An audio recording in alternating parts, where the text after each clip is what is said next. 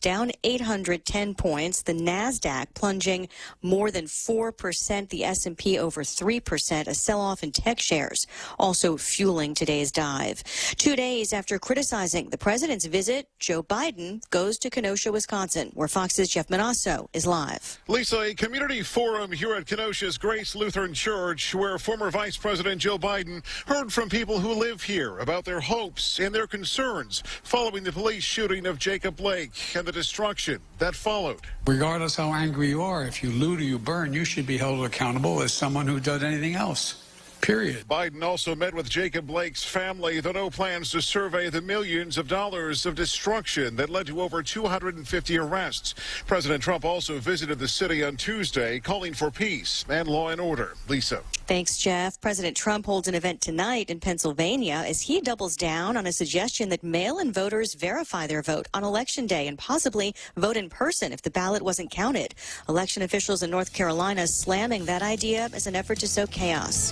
America's listening to Fox News. What's for breakfast at KFC under $3.95, you ask? What's for breakfast at KFC that's different than the other guys, you ask? KFC's chicken wrap, sausage wrap, the Colonel's chicken congee, chicken fried steak, sausage biscuit and gravy, and biscuit sandwiches made with KFC's original fluffy biscuits. All for under $3.95 and all only at KFC. Plus, with waffles and the Colonel's chicken fried rice, we've got something for everyone. So visit KFC for breakfast today. It's finger-licking good. When you're a Bank of Guam customer, your services aren't limited to the walls of their branches. With their online banking, mobile app, ATM network, and voice banking, you can bank anywhere, anytime. Check your balances, transfer funds, pay bills, and so much more. When you can do all that, it's like having the island's friendliest bank right in your home. Visit bankofguam.com to learn all the ways they continue to serve you. We're in this together, stronger than ever. Bank of Guam, member FDIC. The Trump administration takes the next steps toward withdrawing from the WHO, which the president has criticized, along with China, for the handling of the initial coronavirus outbreak. The U.S. will leave the World Health Organization in July of next year without paying millions of dollars in dues. The State Department says the money will be reprogrammed to partially pay other United Nations assessments. Also, Health and Human Services officials are being recalled from the organization and will be reassigned. The administration says U.S. participation in WHO events will be determined on a case-by-case basis. The organization told Reuters it's exploring its options and regrets the U.S.'s decision to leave. Rachel Sutherland, Fox News. This week, Secretary of State Mike Pompeo defended the administration's decision not to take part in global efforts to find and distribute a coronavirus vaccine because of WHO involvement. Filming for the new movie The Batman is temporarily on hold because of a case of coronavirus on the set. Warner Brothers not naming the patient, but two publications, including Vanity Fair, say it's the star, actor Robert Pattinson, who tested positive.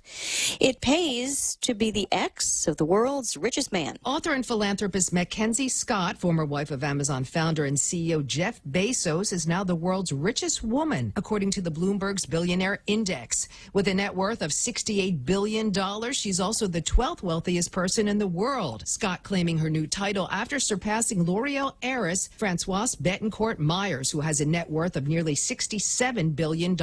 After her divorce from Bezos, Scott received a 4% stake in Amazon, valued at over $59 billion. Scott has pledged to give the majority of her wealth to charity. Hillary Barsky, Fox News. Again on Wall Street, the Dow down 807 points at the close. I'm Lisa Brady, and this is Fox News. Half a day. This is Michelle from APL Guam. Here at APL, our expertise and extensive network can help you grow your business and reach out to more markets. As a responsible carrier, APL is also committed to a sustainable future, whether it's protecting the environment or investing our efforts in giving back to the community. Our dedicated teams in Guam and on the U.S. mainland are here to support you. Call 588-4651 or visit apl.com. Woo-wee! Just take a gander at them tender and juicy fall-off-the-bone St. Louis ribs. Heavens to Betsy! What is their secret? It's bursting with so much flavor, I can eat them all day long. Come see for yourself, y'all. These fine slabs of hunky-dory, mouth-watering ribs are only available at Circle K. Circle K. Take it easy.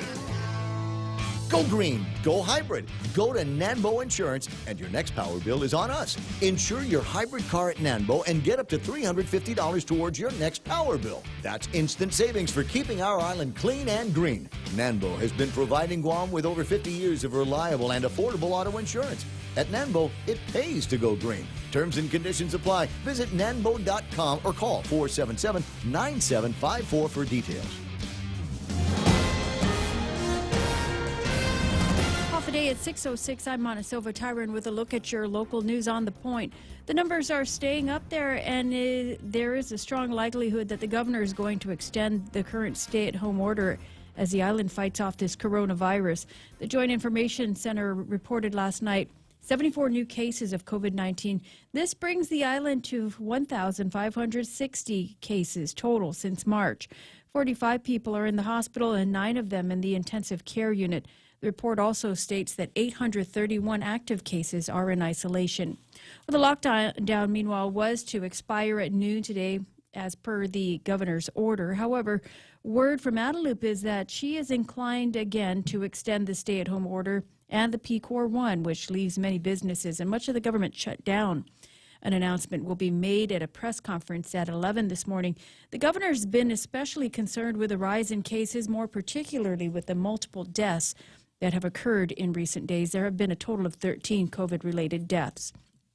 With 9 people in the intensive care unit and on ventilators, there's worried the hospital will not be able to accommodate a further surge in COVID numbers, but the skilled nursing unit should be up and should be able to take patients when needed. GMH Administrator Lillian Posadas in the Guam Daily Post says that the SNU is ready for occupancy, that with a temporary fix to the air conditioning unit.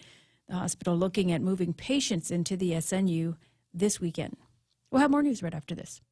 Mezcla Chamorro Fusion Bistro in Hagåtña and Mezcla Dos Upper Tumon are now open for takeout and delivery services. For more information, call now at 479-2652 or 3 or Mezcla Dos at 646-6295. Mezcla Chamorro Fusion Bistro brings you island hospitality with the true taste of modern Chamorro cuisine at the comfort of your own home. They take your local favorite dishes and serve them with extra flair you will only find at Mezcla. Mezcla, a true taste of Guam. With a rise in COVID cases comes news that more government workers have tested positive for the coronavirus. The airport reporting its 3rd case, and the employees at the Department of Public Works as well. 2 Guam Fire Department firefighters and 1 assigned to Dededo, the other assigned to Tamuning, and 2 more employees at the Department of Education, those from Maritzu Elementary and MU Lujan. All of these individuals are undergoing contact tracing. There's also been an increase in COVID cases on base, and while the Navy Exchange has confirmed a number of workers that have tested positive, operations at the base store have been uninterrupted. This as they continue to take additional protective measures to ensure the safety of its employees and its customers. NEX Guam has conducted thorough contact tracing, including assessing employee work schedules, reviewing security camera footage, and interviewing employees. The NEX customers have not been identified as close contacts to these positive cases. Employees that have tested positive must be retested and come back negative before they're allowed to return to work. And the Department of Education will be distributing its grab-and-go food boxes to families this week. In fact, they start today. It's part of the school meals program that will include non-perishable items that should last for about a week. Schools will be distributing the items beginning today, again starting with a drive-through service. Now, village mayors, meanwhile, have also taken over the food commodities distribution and will be giving out those items through their respective offices. Some mayors have said that they will be delivering items to the elderly and disabled individuals. And after months of delay, Guam's Cannabis Control Board has finally released its proposed rules and regulations for adult-use cannabis sales. The document, which is more than 100 pages long, is to be up for a public hearing, but it appears there could be yet another delay in that with the shutdown. According to a report in Cannabis Wire, Chair of the Cannabis Control Board, Vanessa Williams, says it's unclear when they'll be able to have that public hearing. The report says, though, that the regulations are pretty straightforward. The products allowed include flowers, edibles, and concentrates. Licenses will be created for cultivation, testing, product manufacturing, and retail. Each license must be majority owned by a Guam resident who has been here for at least 3 years prior to applying for this license. There's no language, though, pertaining to the consumption in public spaces. And those are your top stories here on The Point. But they define the public spaces. The first, 5 or 6 pages is all definitions. How do I know? Because that's what I spent a little bit of time reading this morning. The printer might already have the full 113 pages printed out on it. So it's positive. If I get distracted this morning, it's because I will be reviewing the... Did you use your coffee cup? I did not use the coffee cup. I didn't use the coffee cup because you know what? It's like when you go to the store and you buy a wallet and you don't have any money to put in it. It's the same thing. So the people over at the Booney store for my birthday gave me this mug that's got this little bowl in the bottom of it, and you can actually smoke it through the handle. Isn't that great? I love it. It's just wonderful, sweet technology. Yeah, you just got to remember that if you're drinking coffee at the same time, that you don't try to drown. Yeah, because you kill yourself. Anyway, 6:11, almost 6:12 in the morning. Here is the weather for today: partly cloudy skies and some isolated showers. We need it, whatever it is. We need it to clear up by noon, because by noon today we're going to be goofing with the guys over at. I want to say there's a staff meeting over at Pirates Cove at lunchtime today. Just FYI. Give you an idea of what's going on. We've got to get a hold of the guys from the National Weather Service. Have you seen this blob? Generally, it's north and west of Guam, so I don't normally pay any attention to something that might have come up that way. But I'm kind of curious as to a little bit about that. It just kind of rose up in the last couple of days and now has taken some kind of form. And I wonder where in the great shooting gallery of the Western Pacific, who it's going to turn the already COVID nightmare existence that most people in Asia are living with, and then throw in a little bit of a weather emergency on top of that. But anyway, so you got that story floating around. Do I have any pictures? Do I have any gorgeous shots of Pirates Cove? Absolutely. Jeff is up early this morning because sunrise was at 6:09, and there's at least one of the shots that he sent over. Some muted colors as the sun is coming up over the eastern side of the island. But thanks, I appreciate the effort, Jeff. Partly cloudy today with isolated showers. Winds out of the east, 10 to 15 miles an hour. Daytime highs 90 degrees. Tonight, partly cloudy and isolated showers. More of those easterly winds, about 5 miles an hour. And overnight low should be about 78 degrees. In fact, we got partly cloudy all the way through the forecast for the weekend. That is good news because it means that there's a higher likelihood for grill mark opportunities. Yes, sir. Come on, get out there and get brown. I know it's everybody pale from COVID-19. Get outside and get yourself some sunshine over the weekend. I mean, and you're going to say, but I burn so easily. Shut up. Grow a pair. It's okay. You'll burn yourself to a crazy, absolutely tourist red when you're done. But the first time, and then you go out the next time, and you might get red again, but it won't be as bad as it was the prior time. So your skin will condition to the sun. So you get out there and get that light on you and turn red. Don't be ashamed. Don't be embarrassed by it. I mean, who are you going to look at anyway? We're all just people in the house, right? Because it's COVID-19. Can't go anywhere. You're so pale. Yeah. Round and pink and pale from just sitting around COVID-19ing. Anyway, that's news and weather together. Brought to you by, wait. Sunrise this morning, 6 o'clock. Sunset tonight, 6:30. And we're going to need to concentrate on it. I was out with the sunset yesterday, and it sucked. It didn't. You know what? I was watching you. Nobody was working on it. Nobody worked on that. I was going to say, how could you see it? It was so cloudy. Oh, from my vantage point. From my vantage point, I could make it out. Yeah, it was. But the thing is, you got to try. You got to put in the effort. So everybody, make an effort for sunset tonight, 6:30. Hashtag tell the others. 6:14. News and weather together. Brought to you by Bank Pacific. Banking on the Pacific for 66 years. At FHP Health Center, your health and safety are important to us. FHP remains open during peak hour 1 to serve all of your healthcare and medical needs. To better serve you, we encourage you to keep your appointment with your healthcare provider. We have implemented stringent screening and sanitizing procedures to keep you safe. FHP Health Center is open from 8 a.m. to 8 p.m. Monday through Saturday, closed on Sunday. For appointments, call 646-5825 and press 2. FHP, our island, your clinic. Are you fed up with those long bank lines? Do you wish you had a bank who gave you faster service? Well, by enrolling in Bank Pacific's new mobile app, you don't even need to wait in line. But even if you do want to come down in person, we're more than happy to see your smiling face, as long as you have a mask. Because our service is so good, we don't believe in lines. Because for 66 years, we've been making sure you get the service you deserve. Because where others put branches, we place roots. And we're rooting for you.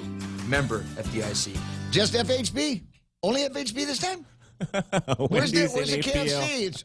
It's who? Wendy's and APL. Oh, okay. All right. Well, then I already said KFC, so we're going to do the KFC one first. All right. APL brought to you by portions of the program brought to you by American President Lines, global presence, and a local home. And I wanted to do KFC because that was my dinner last night. I had the sunset. Wow. And went. You know why? You're fancy. You know why? Because I had on me. I have at the house loads of raw 671 honey.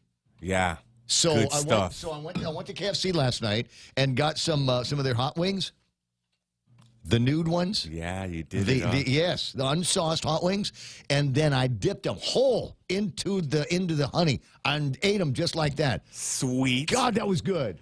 I may do it again. Also got chicken pot pie. But anyway, your favorite KFC hot wings are now better than ever. 3 different flavors: buffalo, honey barbecue. Get them unsauced. Go find Dennis Larson this weekend and get some of that raw 671 honey and eat it like that. The flavors you were looking for. Drive-through service available as well. Call 300-FAST for delivery. KFC. It's Wait. It was in Fox News yesterday. Maybe I shouldn't say it. I don't know. It's still in the copy. Guam KFC has not changed it yet. So around here, it's finger licking good, but because of COVID-19, make sure you only lick your own fingers. The Ray Gibson Show. Morning talk that matters. Call now, 888-TALK. That's 888-8255.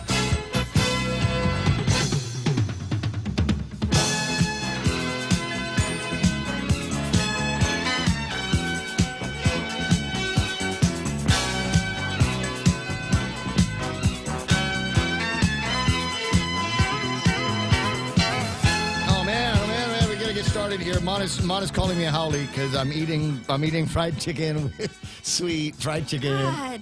What?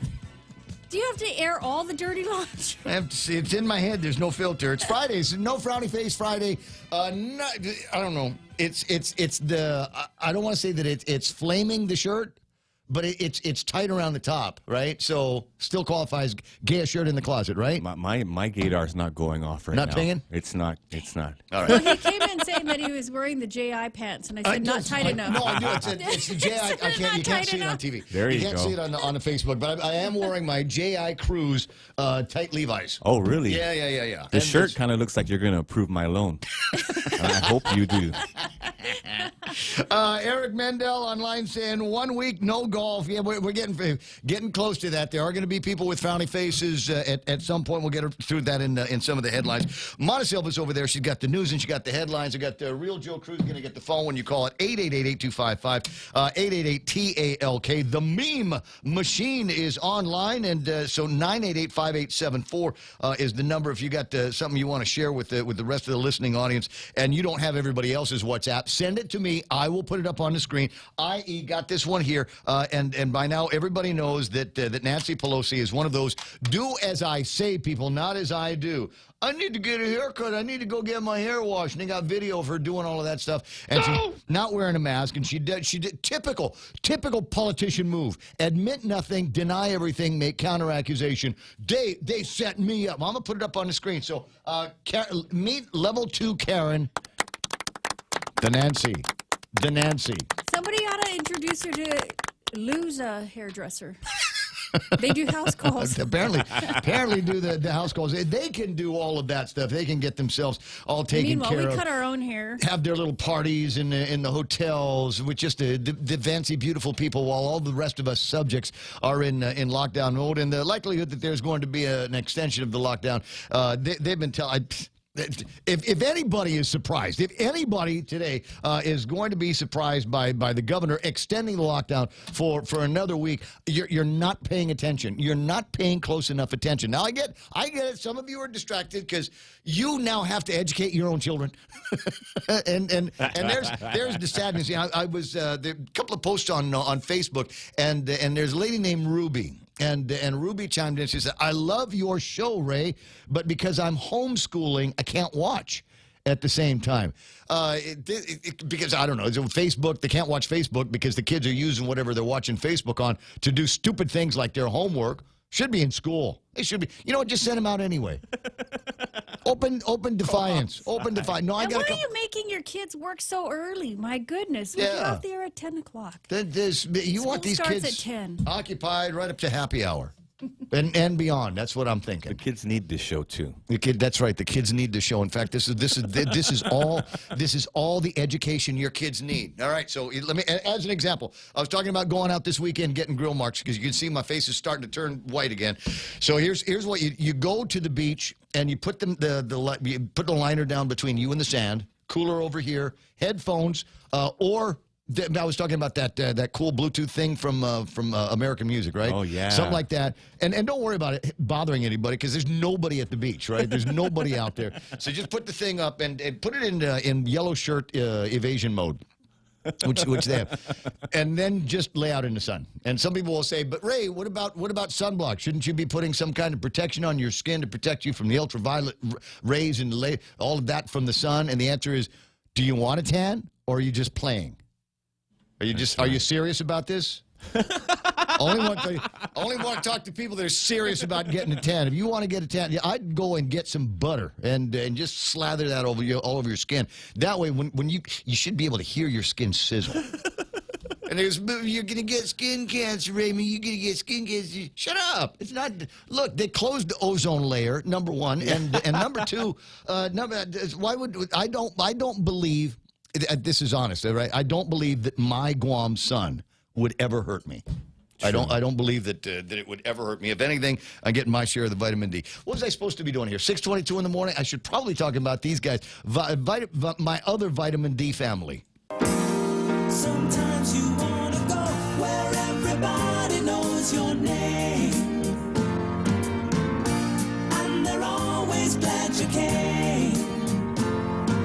You want to be where you can see the troubles are all the same. You want to be where everybody knows your name. You want to go where people know people are all the same. You want to go where everybody knows your name. 6:23, and here's another life lesson, kids. Take the filter off the cigarettes. Or just... You want to get the full flavor, the full intensity of... We're not scared of anything anymore. That's it. Just live your life. Live your life before somebody takes it away. Take your freedoms where you can get them before somebody takes it away. So I was talking about the Raw 671 honey, and this is Dennis Larson's meme now. Apparently they have J.I. Cruz shirts here. As at least it's medium. It looks like it. Those are Mandania bees. You got there. You can see the logos. Support your local 671 beekeepers. That's cool. And then the thing over on the far right looks like something that Visa Blonde LG sells at her Gucci store. Yeah. Online. Wow, that's a big stinger. So, anyway, 6:23 in the morning. All right, where's my guys? Where's my people at? I got the number one today, Sherry Iriarte. This is on the Facebook Live. Your mileage may vary on the app. We got Sherry Iriarte followed by James Howard, and James gets extra points because James sent me the link for the Cannabis Control Board draft proposals. He's the man. No, he is the man. Yeah, He I'll literally smoke to that. He literally is. Jay Last Rojas. night we agreed that we're going to partner together and run a business. Which one? Is this any kind of business? Yeah, cannabis business here. Oh, cannabis. Right on. But you gotta look it up. Got to look up the prices though for stuff because it's different. Well, that's why he's different there. levels. He does all of the thinking. Now, and if you're listening. If you're listening off island and you're going, gee, I'd like to get into that cannabis business on Guam, but I'm not a resident. I will sell you my 51% residency. I will come in as your partner and just put everything in my name because I'm a resident here on Guam, and then you pay me. You pay me a little bit of a handling fee, maybe 6 figures, a lot of travel, no expectations. And Joe and I are any in charge results. of research and development. R&D, baby, it's going to work. So we got, where was I? Jay Rojas is number 3. Happy birthday, Jay! I got Nate Horn, who's terribly excited about Friday, even though there's no actual distinction anymore between Friday and Saturday. Wait, he's in the lockdown, isn't he? Yes, he works over at Napa, and I don't know if they're allowed to do anything over at Napa. probably minimal. Absolutely. So Ismail comes in at number 5. Anne-Marie Trousseau. There's Dennis Larson already online. John Ray, Vince Mesa, and Raul Montes. Almost put the R in there. Sorry about that, Well brother. done, Ray. I'm just trying to kind of keep track. Now, I was looking, going, where's Pam? Pam normally comes in the top 10, but she didn't make it today. I'm looking over some of the other names. Eric Mendel, like I said, no golf. Rico B's on saying Friday. Pam Duvall asking this question: who runs Cougar Town, baby? Wow. Good morning. Hey, Clay. You're going to be late to work, brother. Who have I got? Henry Minglot just saying good Friday to everybody. Janice Wong asking Rico, did you watch the series? Rudy Rodolfo Jr., nice to have you online, buddy. Ricky Woodall and Jess Barcinas also watching. Eric Castro, Joanne Billiby, Bruce Johnson, Bob Ellsworth, Agnes Attelig-Napati is online. I got Tom Nituk, Agnes Marie Cruz, Lee Stolley, and who else is there? Emil Marino, Pierre Taurine, Keena McCausland's online this morning. Alpha Lillian Cruz, Jess Mendiola, Kathy Ilagan, Brian Strickner. Lots of. I'm reading from the Facebook app from online on the phone, which like different names. It's like old. Are there 2 Ray Gibsons? No, they're just fishing it out. It's just a different dimension, right? Yeah. There's the Ray Gibson that's on one Facebook Live, and then you've got the app, and it's a whole other Ray Gibson show. And maybe the one on the app's better than this one. I don't know. Go check that out a little bit later on. Patty Bloss, Darlene Canata is online. I got Ann Leoncio Kilroy. Turn around. Rico says, turn around for even a minute or two, lose that top 10 spot. Oh, well, no frowny face Fridays. Annabelle Estrada is there. John Heredia. Vivian Cunningham from over at Morocco is online. Joe M. Regis. Nali Laurenti. That's my classmate. You can find him on Facebook and on Instagram, and he apparently does nothing but sings. He's picked up an acoustic guitar. I didn't know he could play the guitar. Talent is coming out everywhere. It's amazing because we graduated from Father Duane's like 40 years ago. And the amazing thing, I didn't realize he's apparently married with kids and everything. when the hell did that happen, bro? It says Montesilva's there. Ton Mendiola. I don't like your tone. That's a joke. That's the inside joke because we call him Tone. And my friend says, I don't like your tone. Frank Cruz, I got Sharon Tobin, if I didn't already say that name. Dolores Veronica Benito is online. Don Castillo, Mike Grace Bloss, Jess Parrish, John Fritz, Pam Sablon, Zena Kono, Landon Nadler, Hafa Lai, and Jen and Steve Worthington saying, Hafa de Guam from beautiful Merritt Island. Real Joe? Please Google Merritt Island. Merritt Island. And let's find out the top 5 things to do in Merritt Island. There's got to be something fun. There's got to be something fun, amazing. I don't know, putt-putt golf or, maybe they've got kind of those ninja swings where you got like a high spot there and you get into Wait, this is near the Kennedy Space Center in Florida. Is it Jerome McDonald? Is it Jen and Steve Worthington? Yeah. So can you ride rockets? Is there a space camp? No, but they have been having a lot of launches lately. Yeah, I don't know what's going on Find me something there. cool about that place so we can talk about it like we know it. Lerma Aquino. I got Kenny Williams watching the program. Justin Ireno. Mark Cruz is doing his wave. Roki Mike R. Martinez watching the program. Jen and Steve Worthington says she is awesome, even in person, so down to earth. We're talking about Nancy Pelosi. Jenna Manglonia, is that who we're talking about? There's a heart sign there. I'm just saying. Bill Pettit, GovLG. Jose Martinez is GovLG amateur. Jose Martinez obviously watching the program. Brian Mary, Michael Suzuki, Erica Cruz, Andy Camacho. Andrew Camacho is watching the program today. And a note, today's theme. So I'm going to get this back off the screen. Today's theme for the program, if you're watching us on Facebook, BLMT, Business People's Lives Matter Too. I don't know if all of that runs true. But it's there. BLMT, business people's lives matter as well. But if you're in the government of Guam, no, apparently they don't. They don't matter, and I'll explain that sentence a little bit later on in the program. So you got anybody else playing around? That's cool. Just beat me and let me know that you're here. American Music Compadres Complex, I think, says Candy. Tim Lujan, Joy and Pinko, John Mendiola, and Lizelle Renee is online. I'll bet she's going to stand up paddleboarding. I guarantee it. She takes just awesome pictures. Just awesome pictures. Cheryl Ochai is there. Raul Montes is Merritt Island is my old stomping grounds. Are there sharks there? Yes. Like great whites? No.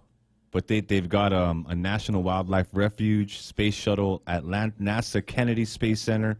That seems to be the biggest draw there. Says, Raul Monta says, Merritt Island is Miles' stomping grounds. Think I dream of Jeannie. Oh. Yeah, Air Force? Yeah, I can't, because if I do, I have to excuse myself. Yeah.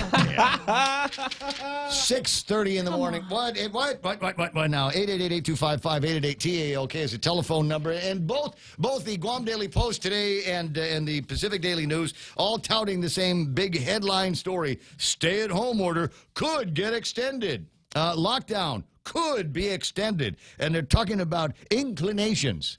Inclinations. That's the big. You might have seen that yesterday with some of the stories that were floating around later. Well, the governor is inclined.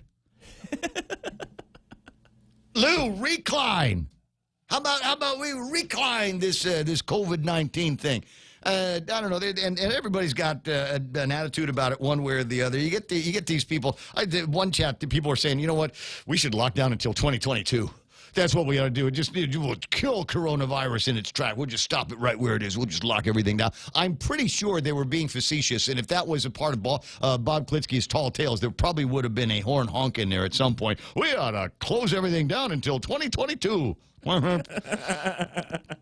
But the thing is, it's hard to tell anymore because the level of bedwetting, as we indicated in yesterday's program, the level of bedwetting here in Guam is getting so unbelievably high, and it's going to reach a crescendo. And it's funny, everybody's got a different opinion. Even the medical professionals have got different opinions on this. I got Tom Shea talking about lockdowns are futile. Quarantines, leaving people in a hotel room is futile. It doesn't do anything. The deal is already here. We just got to focus all of our attention now. Everything, every ounce of our being should be focused on protecting the vulnerable and taking care of Guam Memorial Hospital. And maybe as other Dr. George Macra says, move those people over to GRMC, let GRMC take up their share of the load of COVID-19. I mean, it's the idea that there's only one hospital for COVID-19 patients on Guam. That's just ridiculous. We've got the medical resources. Let's spread them around and make it easier on the guys over at GMH. Let them continue their fight.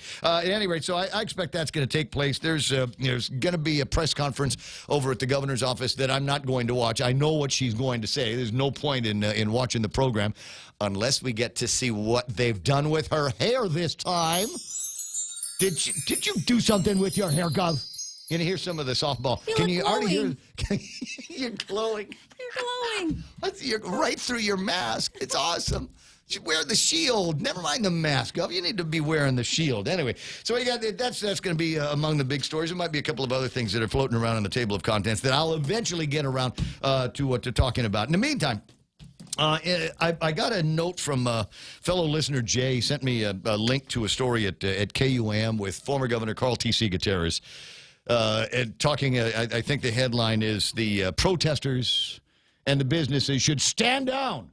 Stand down, protesters. Come on, people are scared. We can open the business, but nobody's going to go to the businesses because people are scared. They're going to stay inside. Now, and I know you know how we feel about former Governor Carl T.C. Gutierrez in this program. He's my sunshine. He is our sunshine. And frankly, I wish he was in charge. And I've said so many times. Now, but you're saying you wish he was in charge, but didn't he say the protesters and the businesses should stand down? Absolutely, absolutely. He's still my sunshine. What I want you to do is not now, but later on, go take a look at the story at the KUAM news site. Go take a look at the story and watch Governor Gutierrez carefully. In Morse code, he's blinking out SOS.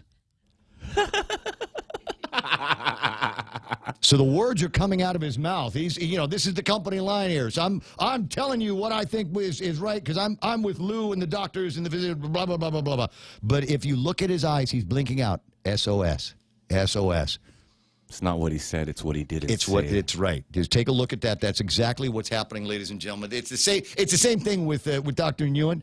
Right? He comes out one day, and says, yeah, we give her advice, and I don't know who the hell she's listening to. It sure isn't us. And then the next morning he says, but what I meant to say, same thing, we ought to look at his tape. We ought to take a look at his tape, the one that the follow-up interview that he did. We'll follow. Yeah. And take a look at his eyes. It's probably tapping out in his eyes. Save me. Save me. Help me. Right? Da-da-da-da-da. Da-da-da-da. Right? I mean, it says, save me. Watch these things, ladies and gentlemen. This is what we have come down to. Yeah, I know what the words are coming out of my mouth, but in the background is something else. Anyway, 6:35 in the morning. You ready for headlines? You are. Yes, you are. And I actually am this time. now coming up, there's gonna be an unboxing this morning. Yes, we have an unboxing. I'm excited for you because I was pretty stoked about it. Really? Yeah. Truly. All right. It's coming up in a second. 6:36 right now. First look at the headlines with Montesilva Tyron. What's going on? 74 new cases of COVID-19. That brings the island to 1,560 since March. 45 people are in the hospital now, and 9 of those in the intensive care unit. The report also states 831 active cases are in isolation. There's a strong likelihood the governor is going to extend the stay-at-home order and the PCOR 1. An announcement will be made at 11 this morning in a press conference. Her previous executive order had the lockdown expiring at noon today. Again, the Adelup is expressing that she is inclined to extend the PCOR and the stay-at-home order. Patients may be moved to the skilled nursing facility in Barragata Heights this weekend. The aircon at the place was given a temporary fix and will be able to accept patients. The Guam Memorial Hospital looking at tomorrow to move their patients. And more government employees testing positive. 8 employees from DPW, 2 from the Guam Fire Department, and 2 more from the Department of Education. All are said to be undergoing contact tracing and are in isolation. And those are your headlines right here on The Point. All right, got you. 6:37 in the morning is iConnect time. Call them up later on, and they will tell you how you can liberate yourself from the house to the degree that you feel you're allowed to split the house. If you want to take your kids and their distance learning and their iPads and laptops out of the house, you can do that with online gizmos that you can find from iConnect. Their number is 888-8888.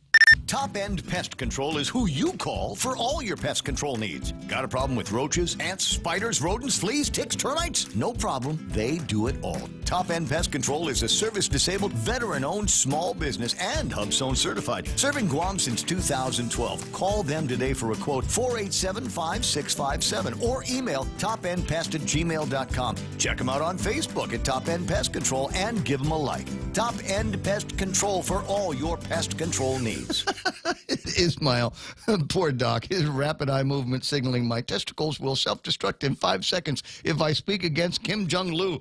Yeah, they're gonna start Clintoning people here on Guam if you continue with that kind of language. 6:38 in the morning, portions of the program brought to you by the guys over at Wendy's. Great breakfast value meal happening over at Wendy's right now. For about $4.50, you get yourself the platters, local breakfast platters. They got eggs and rice and your choice of meats. We have applewood smoked bacon, Portuguese sausage, country fried chicken, gravy, all for under $4.50. Try the breakfast baconator too. Most filling breakfast sandwich they make, layered with 6 pieces of crispy bacon. The real deal for breakfast is at Wendy's. Now that's better. Everyone has a busy schedule these days, and sometimes we forget to schedule our routine dental checkup and cleaning. Don't neglect your dental health.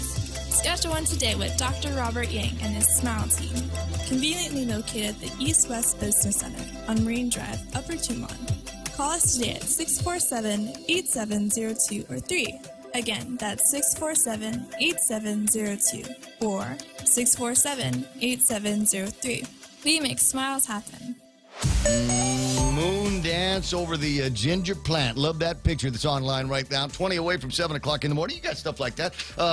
Unleash your creativity. Send it to us. You got the WhatsApp, and if you don't, I'll give it to you in a second. Portions of the program here. This portion is traffic right now. Traffic where I get a chance to take a look at what's happening on your roadways. This is what the traffic gizmo is signaling right now.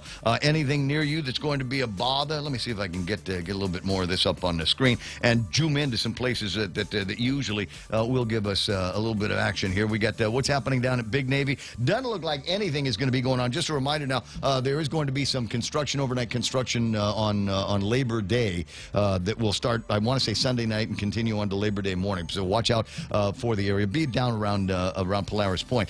We get into the downtown Agutnia area, nothing major up there. Looks like we got a little bit of a slowdown in front of, is that Cars Plus up in Mighty? Yeah, I think so. Up in the Datado area. What's that? Over by, looks like Cost You Less area, maybe a little bit north of that.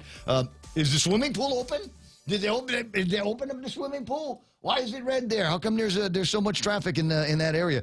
You can see it slow down in kind of both directions. Sometimes that's an indication that there's an accident there. Also could mean that there's a lot of joggers going in different directions. You know, sometimes the traffic gizmo will give me conflicting signals. Let me zoom back out here and see what's happening up at Anderson Air Force Base. We make our way up there. Looks like everything is running clear. 20 away from 7 o'clock. That's right now traffic. This is The Point. GPSI Guam is a professional technical services company that is a registered contractor for the federal government. They are SBA approved, 8A, and Hub Zone certified, providing program and project management, administration, technical support, logistics, and commodities. Find out more about GPSI and how they can help you today. Contact GPSI if you need assistance in meeting your small business subcontracting goals at 671-477-3058. They'll be happy to assist. Warm, wet blanket of fear. That was what we're going to call today's show until Andy Camacho signed it. Anyway, 6:41 in the morning. Portions of the program brought to you by Subway. You can eat fresh over at Subway, and you can eat a lot over at Subway. Any foot long, $5 when you buy one at regular price at their participating locations. Subway, eat fresh. Rediscover talk radio here. Your FM News Talk Superstation. This is The Point.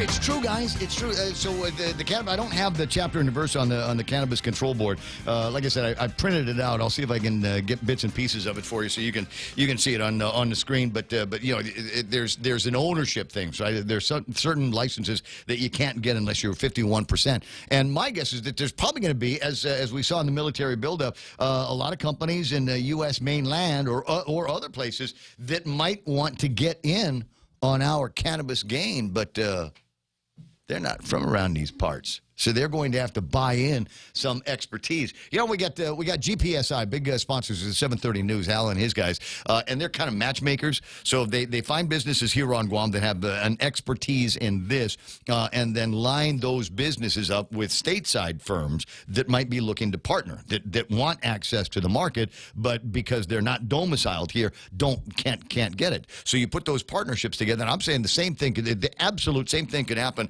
and it would be a dream come true for a lot of people around here that want to be in the game but aren't liquid. Liquid is a problem for a lot of people. We burned through all of our savings in the first 6 months of this pandemonium pandemic, and now it looks like there's a couple of opportunities, and which means, as usual, the very, very rich people are going to have first dibs on some of these, and don't think they aren't looking at it. So if you think about it, maybe you know a couple of guys that know a guy in California that might know a guy in Seattle that might know a guy in Portland.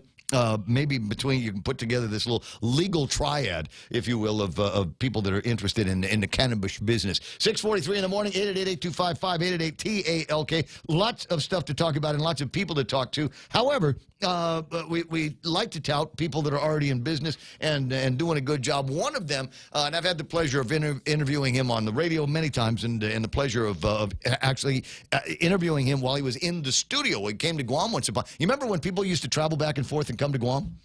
You remember that? It seems like a dim memory, does it? Where, you know, you'd have like a cousin in the States and they just like show up because, you know, it was legal. And they didn't have to worry about a 14-day quarantine. They just like book the tickets, get on the airplane and fly out to Guam and say hello and eat a chamorro food and then fly back. Wow. It was only 6 months ago, right? Wasn't that long ago you could do things like that. Anyway, so Gerard's in the business of promoting Guam, and he's got a cookbook, the Chamorro Cuisine Collection here. Yes. May I open it now? You may open it, right, and I didn't duct tape it like I wanted to. You wanted? Why would you want to duct tape it? So it was addressed to Mata. make you work for it. So, but he packaged it, you know, and it says it's a really nice packaging. He has a half-a-day sticker on the outside, and it's very homey and welcoming. Look at this, ladies and gentlemen. My life is complete. I may leave the air now and retire and open up the restaurant business that I've always dreamed of. No more hot dogs for you, dude. No. You're going to cook food. Well, you know what? Here's the thing. So yesterday, I went to the Payless place. and wanted a variety of things that I wanted to cook this week, including, because it's not expensive like beef, pork. So I got some really good, like inch thick pork chops. Oh, the other white. The other white meat. She said. So I got a bunch of those. Oh, that's nice. It's shrink wrap. Raimundo, please unbox or unwrap my book on the air. Share it with your audience. Thank you for all you've done, says Gerard and Mary Affligwe. And then another thing, if any radio listeners are interested in purchasing the beautiful Chamorro Cuisine cookbook, they can get a 10% discount by visiting chamorrocuisine.com and enter ThePOINT at checkout. ThePoint at checkout to automatically obtain a savings. If they add Ray in the notes at checkout, we'll throw in a free Guam decal, courtesy of Gerard and Mary Affligwe. Oh, sweet. That is super cool. And I also put a link to his page on my Facebook. That's awesome. All right, so go to and what's the website again? Don't be a dumb Ray. CHAMORU cuisine.com. chamorrocuisine.com. And as he says, you get a discount right now if you just put in The Point in the note. Put in The Point and Ray, and you get some cool free Guam decals. Nice, Gerard. Thanks so much. So while I got the thing open, what I thought I might do is see if I can look up. I'm sure everything's indexed, right? Do we have an index? Yes, all right, there is so an there's index. T, P, Q, R, S, P, Q, A, B, C, But you D, know E, what's F, G. really nice about this is he puts how it's culturally relevant and how it relates to his family and his experience with each of those recipes, and it's just such a nice connection to his family, his experience, and then also the local culture. I like. Okay, It's so very nice. So under pork, we've got grilled pork spare ribs, page 286. Grilled pork spare ribs. Here's what you need: prep and marinating time 20 minutes plus 3 hours. Cook time about 25 minutes. You'll need 4 pounds of pork spare ribs. Got soy lemon or soy vinegar marinade, and then he sends you to a recipe to do that. Thaw pork spare ribs. Cut ribs into individual pieces. Paste them in large freezer zip top bags. You get those from Mana. Fill a bag halfway with your choices: soy lemon or soy vinegar marinade. Grilling instructions. You put the thing on, and then so it's got the picture. And this is what pork spare ribs are supposed to look like, ladies and gentlemen. If you got a Guam kid that's doing it, this is what they end up looking like. Got a little bit of char on the top. That's from the sugar caramelizing. And we've got a little bit of smoky flavor in there. And of course, it's the soy sauce that goes into the thing. So you're right. I absolutely love this cookbook, and I'm going to start using it today. Got to look up the chicken recipes. Who, what, who is where on the thing? The players and the games. We got Dr. Akimoto and Mr. Monty Mesa. Dr. Akimoto is going to break in radio silence. Yes, sir. For the first time. I've got the beat button ready. No, that's all right. But I tell you what, let me go to Doctor. Let me go to Vince. Let me go to Monty first. Monty's actually a subject of a discussion that came up. I guess he went to the workforce deal yesterday. Good morning, Monty. Hey, good morning. How are you, Ray? I'm okay. Welcome to the program. Excuse the mess that it's the Ray Gibson Show on Fridays. There's no frowny faces on Friday, although it looks like you got into a little bit of a back and forth with, if you're familiar with gaming, I'm going to refer to her as our public health big boss here. You know, you're trying to make it from one level to another. You got to face off against the big boss, and it looks like you got a little bit of face-off time with Dr. Jana Manglotnia yesterday, huh? Yes, of course, just trying to find out how we can help Department of Public Health,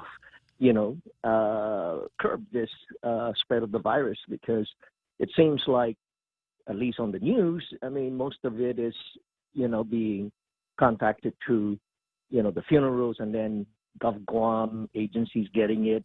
I don't know why they're not saying where the other businesses may be spreading at, but we need to get a handle on it. And, we're reaching out to say, what can the businesses do besides, telling us to stay home, because we've done all our social distancing protocols and all our health sanitation protocols to make sure that not only our employees, not only our tenants, but also all our service providers that come to our facility continue to ensure that we are not the spreaders of the COVID-19. And we wanted to find out, okay, aside from the easy fix of saying staying home, what is the difference between the other people that are allowed to operate, whether they're grocery stores or hardware stores or, or medical facilities, people are interacting. But if the CDC recommendation of putting on mask, washing your hands, keeping your distance, if that works, then why are we shutting down? That's the question. Why are we shutting down? Were you satisfied with her answer? Of course not. I mean, that's why we're reaching out to say we need to work around this. We can't stop our lives. We know that, not everybody is getting infected. That's for sure. That's a fact. 96% of the people that have taken the test have tested negative. Absolutely. So, we need to work around it. Of course, we are concerned that there are a lot of younger people, or they're saying there's a lot of younger people getting it. The statistics are showing that. Monty, you and I are math people. We know how to use a calculator. The reason why there's a big chunk of people between the ages of 20 and 39 that are getting it is because that's the majority of people that live on Guam. The median age on Guam is what, about 30 or so? So half of the people, I mean, statistically, that's what's going to happen. It's like the majority of the people that have got COVID are up in Dededo, up in the north end of town, because that's where the majority of people live. That's the population. Of course, there's going to be a lot of people in that age group that get sick. There's a lot of them. True. And when you think about it, there also are the people today that are in that workforce that are allowed to open. There's not too many senior people that are out working in those particular industries that are allowed to open. Mm-hmm. There's a lot of young people out there. So what is the difference? What is the difference? As long as people are following the strict rules and regulations that were promulgated by the Department of Public Health and Social Service, and all the businesses provided those social distancing protocols for their approval to be allowed to open, then why are we stopping it? It is obviously working, but it may not be working out in the community where it's not controllable. Monty, how tough is this on? Public health should take effect. How tough is this on the people that are leasing spaces for you over at GPO, people that are leasing spaces from the company over at Tumon Sands? Tell me a little bit about the kind of pressure that these businesses are under and how many of them are on their last dime, literally. Well, again, it's been 5 months now of really slow regrowth of our economy. We were getting a little good responses, and it's growing back, and then shutting it down again, it just really throws everybody off, and it's an argument that can't be won if we continue to shut down. And yes, I've said it from the beginning, back in March or back in April, when I said we need to get back on track after 30 days. After 30 days, mm-hmm. and we can't figure this thing out, then something's wrong with the people that are given this responsibility. Now, my annoyance... They're not taking it seriously.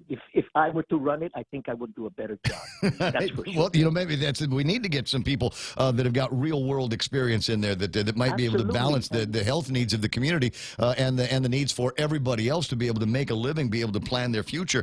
You're running malls and shopping areas here on Guam. How are you going to plan for Halloween? How are you going to plan for the Thanksgiving sales? How are you going to plan for Christmas? Are we going to be allowed to have Christmas? Or is that going to be another casualty? It's already tough enough for everybody, and now we're probably going to make it so that businesses that generally get by most of the year and survive based on money that they make from around Thanksgiving until New Year's, we're not going to give them that opportunity, and which is why I believe that 2021 is going to be maybe the most painful year you and I have ever seen if we don't get in front of this. Absolutely, and we know people are responsible. The majority of the people are responsible out there. I see it. I mean, even with our own particular experience with both GPO and TSP, and we thought we would get 50% of our local people coming back during this last 5 months, but we didn't.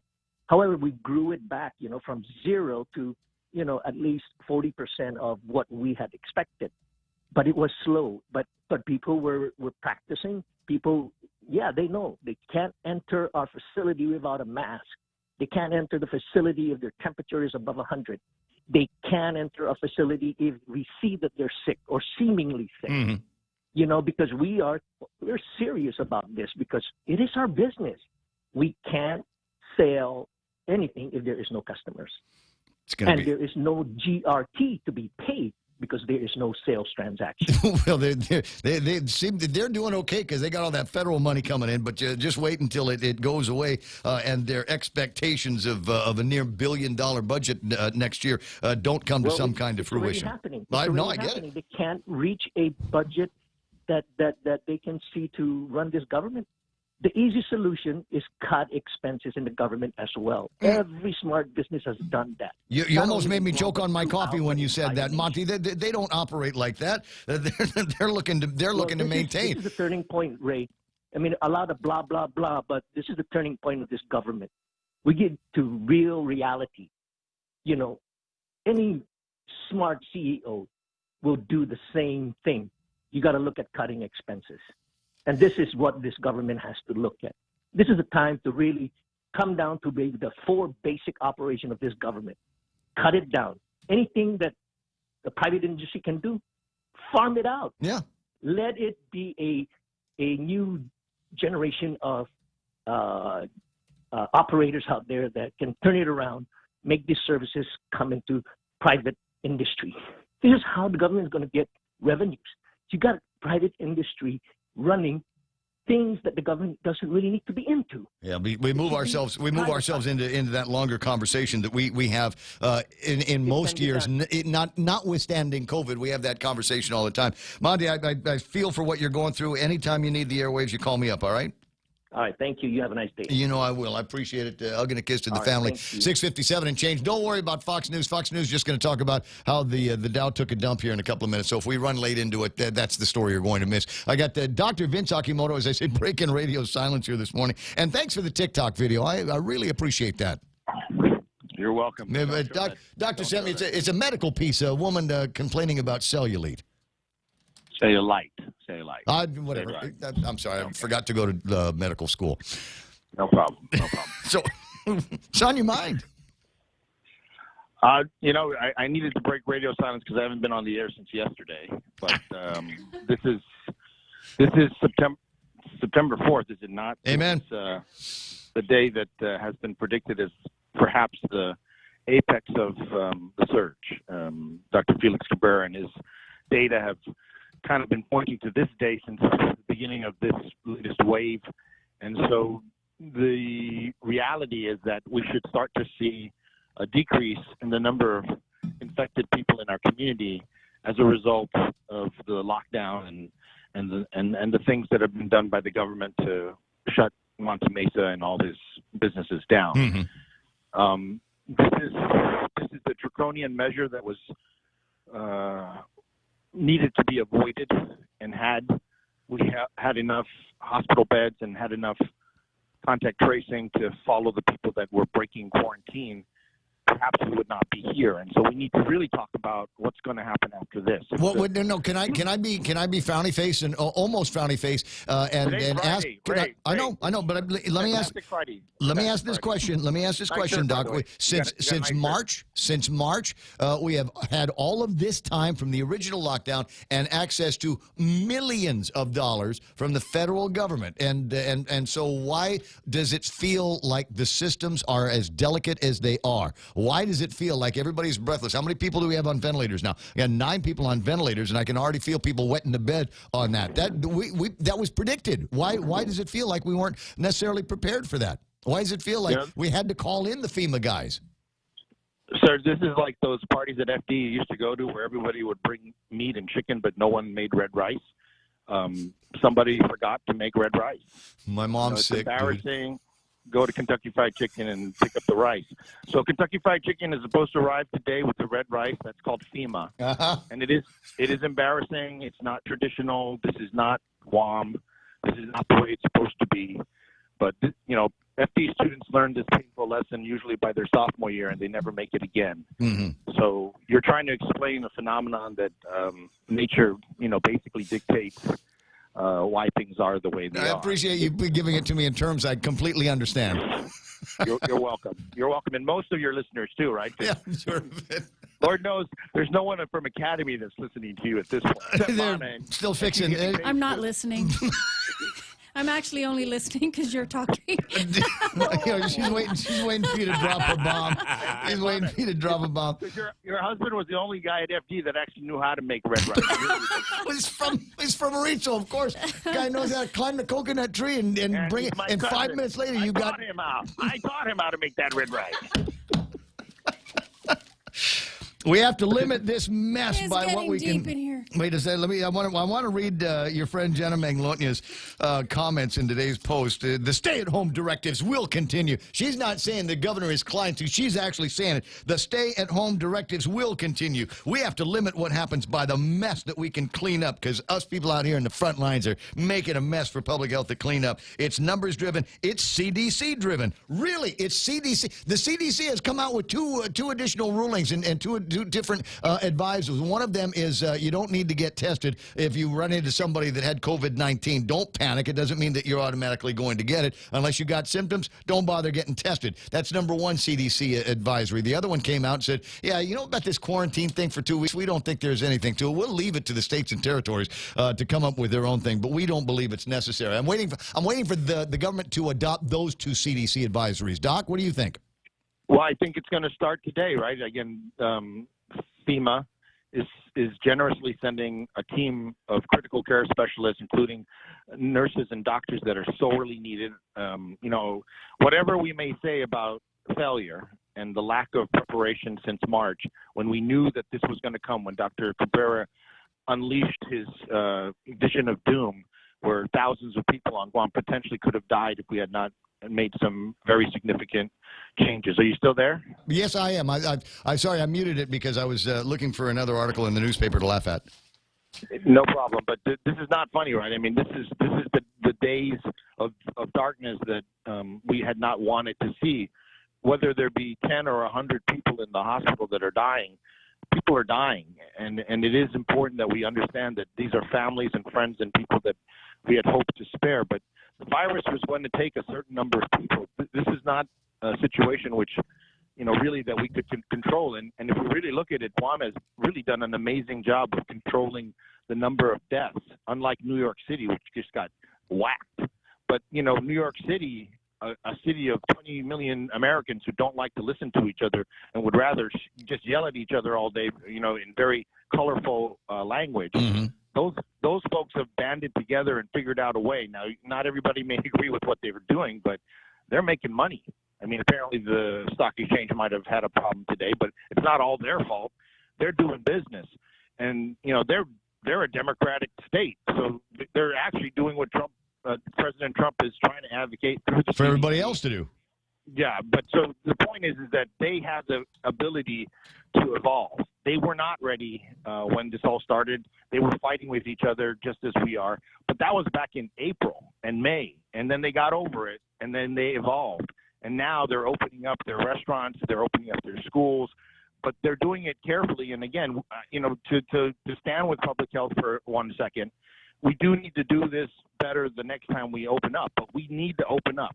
This policy of fear, this policy of lockdown, this policy of quarantine is wrong. It's not American, and our president doesn't want it.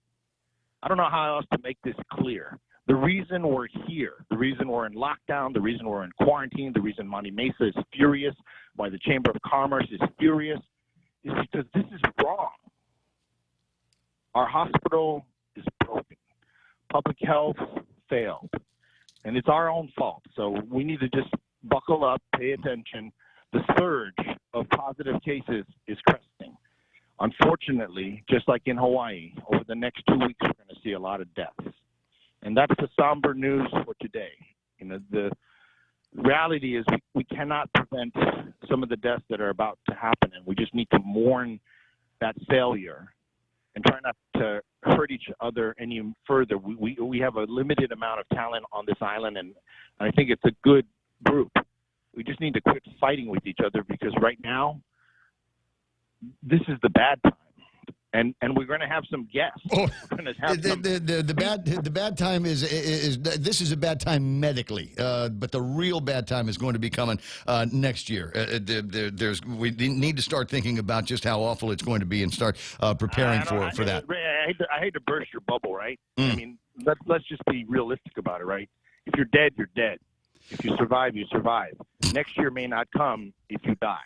So let's just focus on today because this is Feel Good Friday, right? It absolutely is. The idea is that what we do today in changing our government, the way Monty is claiming, right, saying let's make our government more efficient and more reactive to the realities of today, not be this political dumping ground where your first party, and I mean the legislature didn't get the message. Did you see what they did? I saw. I told you, if you were listening to me yesterday, you heard me say for Joe S. San Augustine, the big deal was that all of the salaried positions in the government of Guam they're covered for next year. That was their big priority, was to make sure that nobody lost their job and got set up for a furlough or a layoff in 2011. Lost their job. 30,000 people lost their job. They don't live in the same dimension as we do, Vince, and you know it. They're completely they're on their own out there in their own little echo chamber, and they're happy there. They get in a little tussle every once in a while with the governor, and it makes for some headlines and some interesting sound bites, and that's it. Then bring Governor Gutierrez back in because he's telling everybody to settle down. He's telling everybody to stand down. And this is a man who has led this island where there wasn't these kind of protests, or maybe there were. I wasn't paying attention. There wouldn't have been if the governor was in charge. His responses to this would have been a lot more rational and a lot less arbitrary. I got to go because it's already 6 after 7 o'clock. You have a fantastic rest of the day, and thanks for not dropping any F-bombs. I was going to. It's okay. I don't need the ratings. 6 after 7 o'clock in the morning, and breaking radio silence, at least here, Dr. Vince Akimoto. It doesn't sound like he's all that far off from any of the conversations that we've already had. Look, 11 o'clock this morning is when the governor is going to be going in. There's going to be a press conference, and there'll be everybody 6 feet apart with the masks on, and they're going to say all the usual things, and the state-run media is going to ask all of the usual questions, and at the end of the day, it ain't going to make any difference. It's going to be PCOR 1. There might be some modifications. There might be a couple of loosening of restrictions here and there just to keep the subjects happy. Just to keep the subjects happy. And everybody, that will be followed with thank you, Gov, posts on Facebook. Thank you very much for giving me back a freedom that I already had, that you took away from me. And these unelected and people that don't necessarily are held accountable to the people of Guam that are making decisions that you're backing up. Anyway, I'm sorry. 7 after 7, we got to break away from that conversation, jump into news with Mana after these. Mezcla Chamorro Fusion Bistro in Hagåtña and Mezcla Dos Upper Tumon are now open for takeout and delivery services. For more information, call now at 479-2652 or 3 or Mezcla Dos at 646-6295. Mezcla Chamorro Fusion Bistro brings you island hospitality with the true taste of modern Chamorro cuisine at the comfort of your own home. They take your local favorite dishes and serve them with extra flair you will only find at Mezcla. Mezcla, a true taste of Guam. Hafaday, this is Carl from APL Guam. Here at APL, our expertise and extensive network can help you grow your business and reach out to more markets. As a responsible carrier, APL is also committed to a sustainable future. Whether it's protecting the environment or investing our efforts in giving back to the community, our dedicated team in Guam and on the U.S. mainland are here to support you. Call 588-4651 or visit apl.com.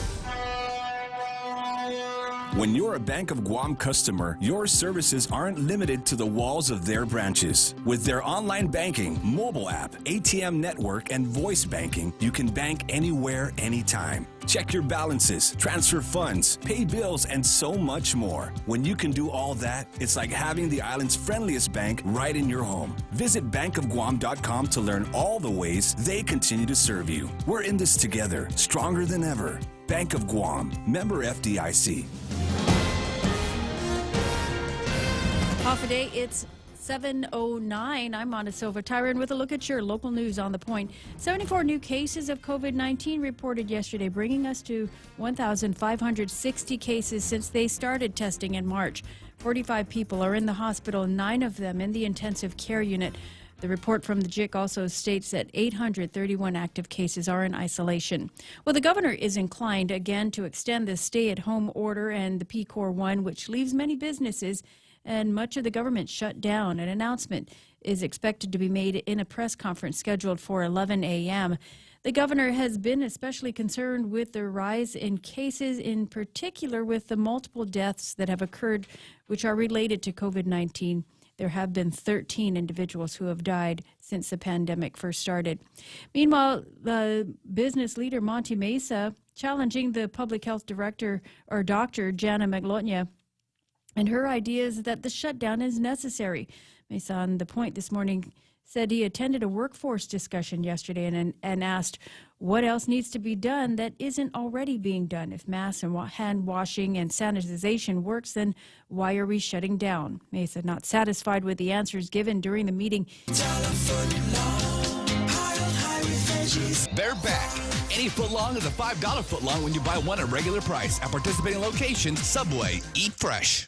The airport is reporting its third case of coronavirus amongst its employees. This while 8 employees have been confirmed to be positive at the Department of Public Works. Yesterday, the Joint Information Center reported that 2 Guam firefighters were also tested positive and 2 more education officials from the Department of Education. All of those individuals are undergoing contact tracing and are in isolation. There's been an increase in cases of COVID on base, and while the Navy Exchange has confirmed a number of workers there have tested positive, operations at the base store have not been interrupted. This as they continue to take additional protective measures.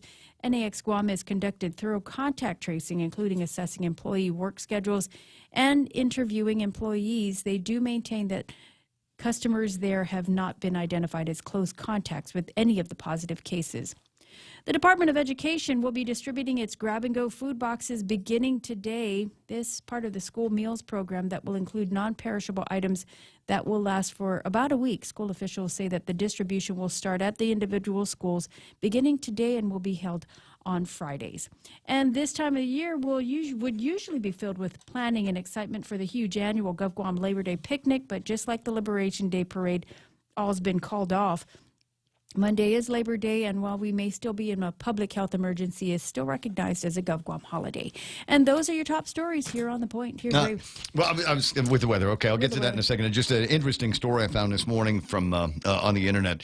Micronesia's Jesuit school is reopening despite spotty internet and a president stuck outside the country. You thought you were having a hard time with education around here on Guam, but can you imagine the president of Xavier High School, a Jesuit institute on Weno in the Chuk Islands of Micronesia.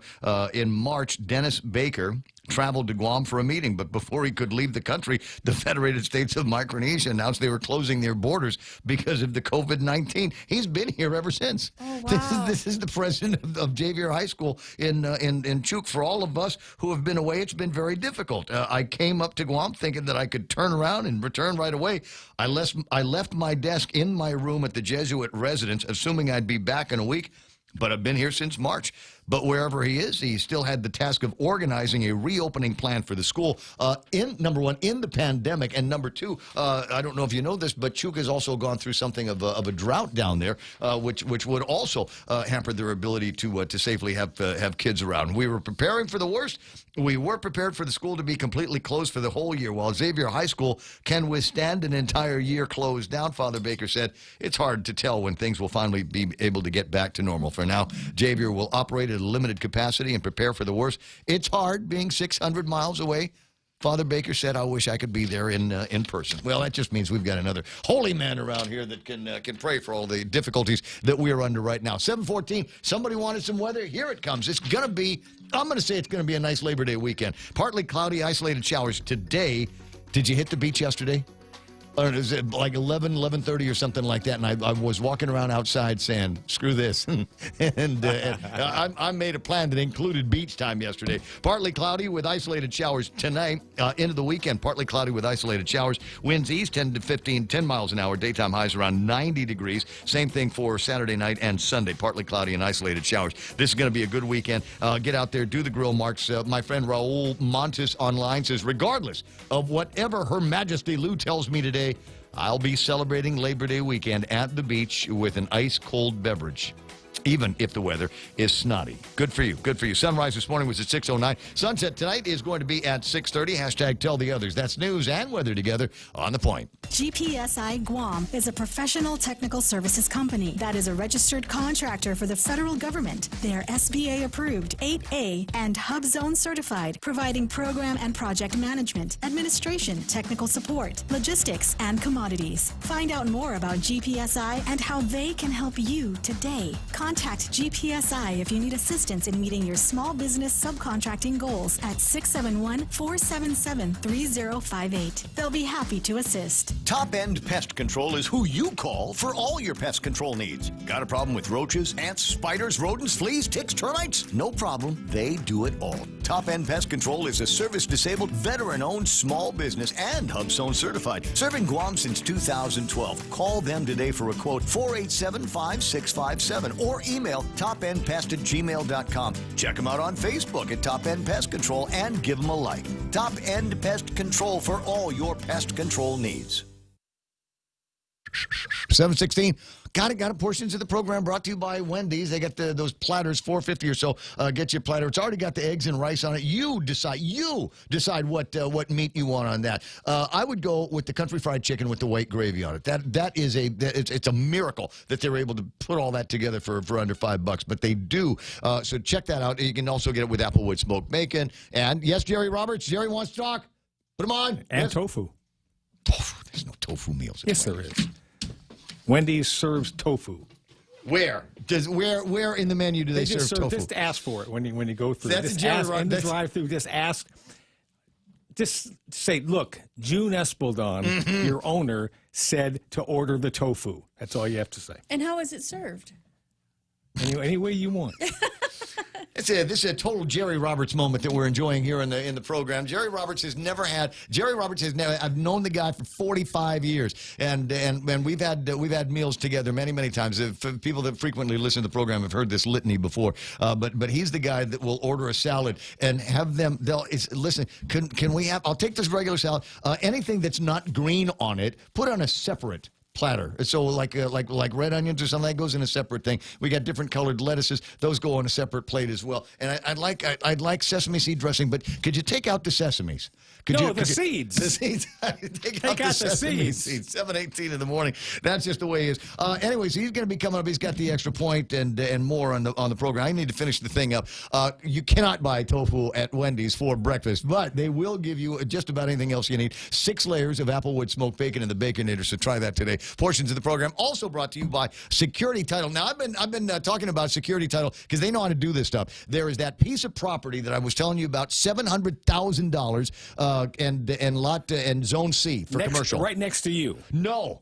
$700,000. It's not. It's almost 1.87 acres, and it goes $700,000 for just dirt. That sounds like a lot of money. Where is it?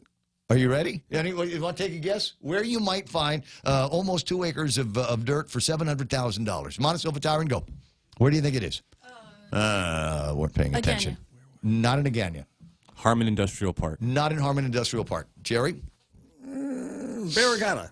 Do you know where Pops is in Agate? Yes. Right up the street. Oh. Right up the street. Not towards the mountain, not towards the beach. But Okay. right up there, there's on the way to Santa Rita. On the way to Santa Rita, right? There's a stand of boonies, about 2 acres worth, a little square rectangular plot, and the owner wants to let it loose for about $700,000.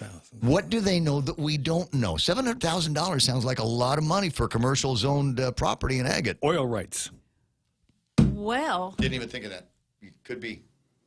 Maybe it could be using that good agate dirt, turn that thing around, put some marijuana plants in there. $700,000. We'll be saying that's cheap. Yeah, I've known this guy for 45 years. You see? Right. And the conversation will always turn to cannabis, regardless. Or beer, or chicks, whichever. So it's 7:19 in the morning. Let me just a quick look at what's going on in the markets here. Everybody's watching the aftermarket. How do I want to say it like Vince Akimoto? The investors gave the tech stocks a big FU today, and the Dow Jones Industrial Average off by 800 points. They were at 29,000 yesterday, 28,292 today, but they'll claw their way back up. It's just Some interesting news from Fauci. NASDAQ off by 598, and the S&P 500 blew through with 125 points in the red as well. They're at 34.55. FTSE is down. The Nikkei is up by 218. Hang Seng up off by 112. Shanghai off by 20, and the DAX off by 185. We're taking a look and see who the big winners were, if there were any winners in the Dow Jones Industrial Average. Verizon and American Express, and between them, not even a full % worth of growth. It's just that they were just at the top of the list, just where the losers start, and right behind them, losing but still making the top 5 is Walgreens, J.P. Morgan, and Chevron. At the bottom is Apple. Ismail, give me a number on Apple, and how is this going to help me when they finally split? Does that mean that the split price is going to be even lower? I think they've done the split, haven't they? I don't know. I think they did the split. I didn't get the word on that. You know, I've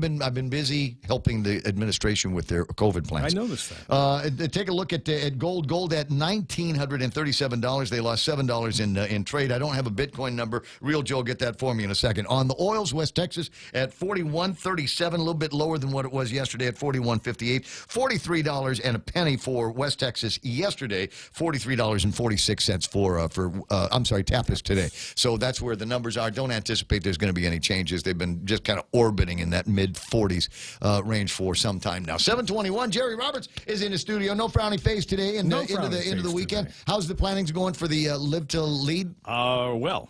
Good. So we'll probably come out next week with all them details. Okay, because there's a lot of people. There's a lot. Obviously, we're in a weird time for businesses, and hopefully it is hoped that the Live to Lead conference is going to be able to provide some kind of guidance for business people and their employees and their companies. Yeah. Maybe on how to scratch out a little bit more in whatever the new abnormal is. Maybe so, but I think also the travel has been wiped out. Yeah. Conferences have been wiped out. There's not a lot of motivating factors going on in the workplace these days. It's mostly in the survival mode, right? And a lot of people are just confused. So here's a chance to sit down for a few hours and actually get some positive things, coming your way. And I think that's going to be a big motivating factor for a lot of people. At least that's what I'm hearing. There's been no training. There's been a lot of things that just been taken off the board.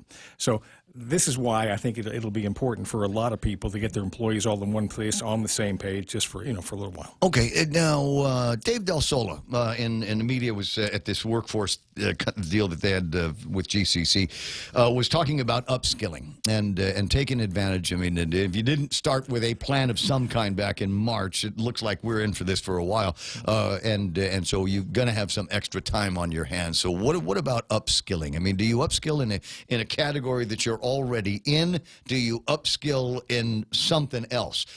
Say, I'm in radio, and maybe I want to upskill in my technological or sales, or do I look outside of my business category and say, okay, I'm going to upskill by learning how to lay tile. I'm going to learn how to do woodwork so I can build cabinets. So if I ever need a real world job, I can do that. What are your thoughts on that kind of upskilling? We've talked about this, I think, one other time, and I think you were looking at doing some things. Yeah. What I have advised people to do underwear modeling, I think was the category I was most interested in. And you got accepted on that too, right? So I think that if you want to be in management, for example, if you're not now, this is a good time to learn some things. To impress the employer. Yeah. If you're looking to maybe cross-train into something else that maybe your employer is doing, now's a good time to get with somebody in that job, perhaps, and talk about those things. You may want to just do something completely different, as you alluded to. Yeah. And that's okay, too. So I think right now we're kind of in a place, and we're going to be here for a while. This is not going to end magically on November 4th when the election is over, as some people think. It's going to be here for, here next year, and we'll see about the year after. Now's a good time to do this upskilling. But so now the opportunity in my head is not necessarily for the person that wants to upskill. It's for the person that will train the upskillers. So in my head, I'm thinking, okay, it'd be awesome. We've been talking about people being able to build apps and websites for their businesses so they can do online. Sure. So now would be a good time for me to call, say, our buddy online, Smug Wimp, and say, can you give me, I don't know, a week's worth of training? Can you give me a couple of weeks worth of training on the basics? and let me use that to build a platform that I can start this new lifestyle, this new business in. Absolutely. So if you've got skills and you ain't doing anything either, maybe today would be a good day for you to put a little shingle out there that says, I'll train you to do this. Small engine repair, everybody's going to need that. Air conditioning, everybody's going to need that. And strangely enough, you can do all of that online. Mm-hmm. All of it with Zoom, and there's several other. We're now getting into a platform that Maxwell didn't introduce us to. We knew about it, but they perfected some things with it. It's amazing. So when we come out with what we're going to be doing with Live to Lead and some other things that programs we have, I think people are going to be impressed with the technology. It is leaps and bounds beyond where it was a year ago. Because it's so many companies involved necessity. now. Yeah, I mean, the competition is fierce for online and for streaming. And they have taken this thing from just simply getting online and thinking you've accomplished something to now. The conferencing abilities now are just amazing, and you can teach anything. Anything online. Start working on it, guys. If you've got some skills, Ismail knows how to kill people 13, 14 different ways. The military taught him how to do that. Ismail would be great. Maybe take some of those skills, street fighting skills that he's got, Matt Atkins skills. Take some of that onto the online universe. You will find customers. 726, Jerry Roberts has got the extra point, brought to you by GUAM Insurance Services. And the guys over at First Hawaiian Bank want to let you know that they're open for just about anything. You need to take care of banking, opening this, moving money that way, get a loan. They'll talk to you over at First Hawaiian Bank, where it all starts with yes. A lot of the mysteries of life are revealed in books that we read when we're growing up. Today, let's talk about things we might have learned then and need to remember now. Next on The Extra Point. When's the last time you looked at your homeowner's insurance? A homeowner's policy protects much more than just your house. It also protects you against claims from someone being hurt on your property. If a visitor is injured at your place, how much are you covered for? The smart thing to do is get the answer today. That's the Insurance Extra Point. Get out there and make something good happen today by calling GUAM Insurance Services at 475-1162 or visit us at the Camacho Landmark Center in Tamuning. I read an article yesterday that fascinated me. The premise was that at some point in our lives, many of us decide we know everything we need to know, or at least most of it. We stop asking questions. We stop being curious. While I picked up a lot of wisdom from my mom, I also learned quite a bit from books. When characters in the books ran into trouble, I could imagine that I had that trouble, and how would I handle things? Books and their characters raised questions, and you had to keep reading to figure out the answers. Let's revisit just a few of those. Number one, choices. Take Lewis Carroll's Alice's Adventures in Wonderland. Alice asked the Cheshire Cat, who was sitting in a tree, "What road do I take?" The cat asked, "Where do you want to go?" "I don't know," Alice answered. Then the cat said, "It really doesn't matter, does it?" When I train and coach people, I saw it this way. If you don't know where you're going, any road will take you there. Life is a series of choices, and like you and me, Alice was faced with a bunch of them. Since nobody ever directly told her what to do, she had to figure it out herself by making an effort. Sometimes it worked, sometimes it didn't. Alice had frustrations and tears along the way, but what she learned was to make her own decisions and bounce back up if life knocked her down. Number two, perspective. In Mary Poppins from P.L. Travers, the question was raised, and to someone very far out there, do you think we would look like ants? When we're young, the world looks like this enormous place. Mary taught in the larger picture that the earth and all of us in it make up not even a grain of sand when compared to the vastness of the universe. However, when you think that God, the designer of everything, created each of us and knows us, then we feel big again. Life and work is being made to feel big, then sometimes small, and hopefully big more times than small. Imagine if we helped our coworkers to feel big and capable and valued much more often than the world makes us feel small. How much better our workplace relationships, jobs, careers, and lives would be. Number three, appearances. The article then asked this question from Anne of Green Gables by L.M. Montgomery. Which would you rather be if you had the choice? Divinely beautiful, dazzlingly clever, or angelically good? How come she didn't include unimaginably rich? In the book, Anne Shirley thought she wanted to be beautiful first and good second. Her real gift was in being clever. She thought for herself and asked a lot of questions. She wanted to know. She wanted to learn. After a certain age, we seem to stop asking so many questions, at least important ones, and just go with the flow. It seems less complicated that way, doesn't it? These are just 3 examples of the major lessons taught in books for children. Although the experience is never as exciting as the first time, we might benefit from going back and reading them again. And if you do, and if you have a little person in your life, why not take them with you? If you do, make sure to encourage them to ask a lot of questions and then to find the answers on their own. That's the Extra Point. Be responsible and make something good happen today for 93.3, The Ray Gibson Show, GUAM Insurance Services, and First Hawaiian Bank. I'm Jerry Roberts. It's 7:31 in the morning. Before I let you run, because I know how busy you are with all the plans for the big Live to Lead conference that you got coming up. We're not working Monday. Yes, sir. There's taking the Monday off, Labor Day holiday, and so on that, just a quick note from just off the top of your head, extemporaneous, just something that the listeners can think about on Monday morning as they ponder a universe without the Ray Gibson Show. Take a deep breath and be glad you're there. Where? There. Just wherever you are. Wherever you are. Wherever you are is fine. As we say, I'm here, and I'm glad you are there listening to The Ray Gibson Show. That's Jerry Roberts. He got the Extra Point. We jump into headlines now, being brought to you by Lolita Camet over at RE/MAX Diamond Realty for your real estate needs. Maybe she can help you out with that $700,000 property down in Agate. 688-6743. That's 688-6743. Top-end pest control. Never met a varmint they couldn't kill. Test them. Test them with that theory. 487-5657. And that's the number for top-end pest control. Also brought to you by GPSI Guam. Call Al at 477-3058. Find out how he can help you and your business into 2021. Now, with news headlines, here's Montesilva Tyron. 74 new cases of COVID-19 were reported yesterday. It brings us to 1,560 cases total since March. 45 people in the hospital, 9 of them in the intensive care unit. The governor is inclined again to extend the stay-at-home order and the pandemic condition of readiness 1, which leaves many businesses and much of the government closed. An announcement will be made in a press conference at noon. The governor concerned with the rise in cases and with the numbers of deaths that have occurred in recent weeks. And the Senator Therese Terlahi, the chairperson on health, is holding an oversight hearing. She's putting out notice this week for the hearing that'll be held on September 10th.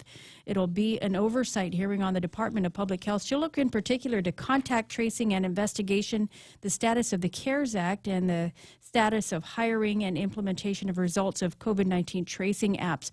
That hearing will be on September 10th from 5 to 8 p.m., and it will be a virtual Zoom meeting. And those are your headlines right here on The Point. I got you. 7:33 in the morning, and Mana's thumbing through the Chamorro cuisine cookbook from Gerard Afflegue. Again, if you go to Chamorro, CHAMORU, cuisine.com on the World Wide Web, put in The Point and RAY, that's my name, Ray, put The Point in there, and you get a discount immediately, number one. And number two, you put my name in there, and he'll include stickers in the order. Right? So you're going to save yourself some money. And you will get recipes for all kinds of local foods, including the spicy and savory tamales. And I will tell you right now, I have never eaten one of these. Wow.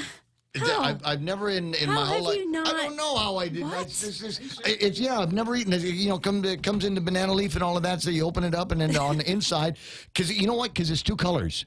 And I don't know. When I was a little kid, maybe it was just... one is a pica side, and one is a little tamer. Right. Yeah. But it's all the same stuff, basically, right? It's similar, yeah. Well, you got 2 different things going on in one banana leaf. It's my mind as a child never bent that way. But you can make this, and he's got a traditional recipe. Look, this starts with a question. I've heard this question more than a million times. This is the Howley guy that dips his chicken wings in the honey anyway, so it's all right.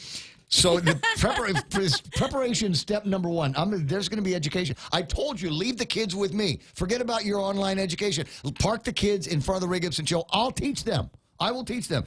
Preparation step. Prepare a torti water by rubbing a torti seeds in 1 cup of warm water using a food-safe kitchen glove. When the water is turned a deep color red, strain water into bowl and dispose of seeds. That's how you make the water that you use to make red rice, correct? Yes, but I actually don't use my hands. I just use a spoon and I stir it. Really? Mhm. But you're supposed to rub it. Well, you can with your hands, but then if you're not wearing a glove, it'll stain your hands for days. That's how you know Grandma loves you, is when her Yeah. hands are all red from cooking the tortillas. And you know she doesn't love you when she makes you do the choti scrubbing. Here's a comment from a listener. Ray, do a live cooking show with the cookbook. Yes. And we will watch you cook, drink beer, smoke some weed. We'll laugh and cry. It will go viral, man. Let's do it. Who said that? James lead, Howard? Lead me not into temptation. I can find it myself. Raul Montes, I was avoiding Guam's tamales on the fiesta table for years, and I don't know what I was thinking. They're delicious. I don't know. It just is. Anyway, so there we go. 7:35, that's iConnect time. There's an iConnect near you. In fact, there's one right next to us. It opens at 9:30 this morning.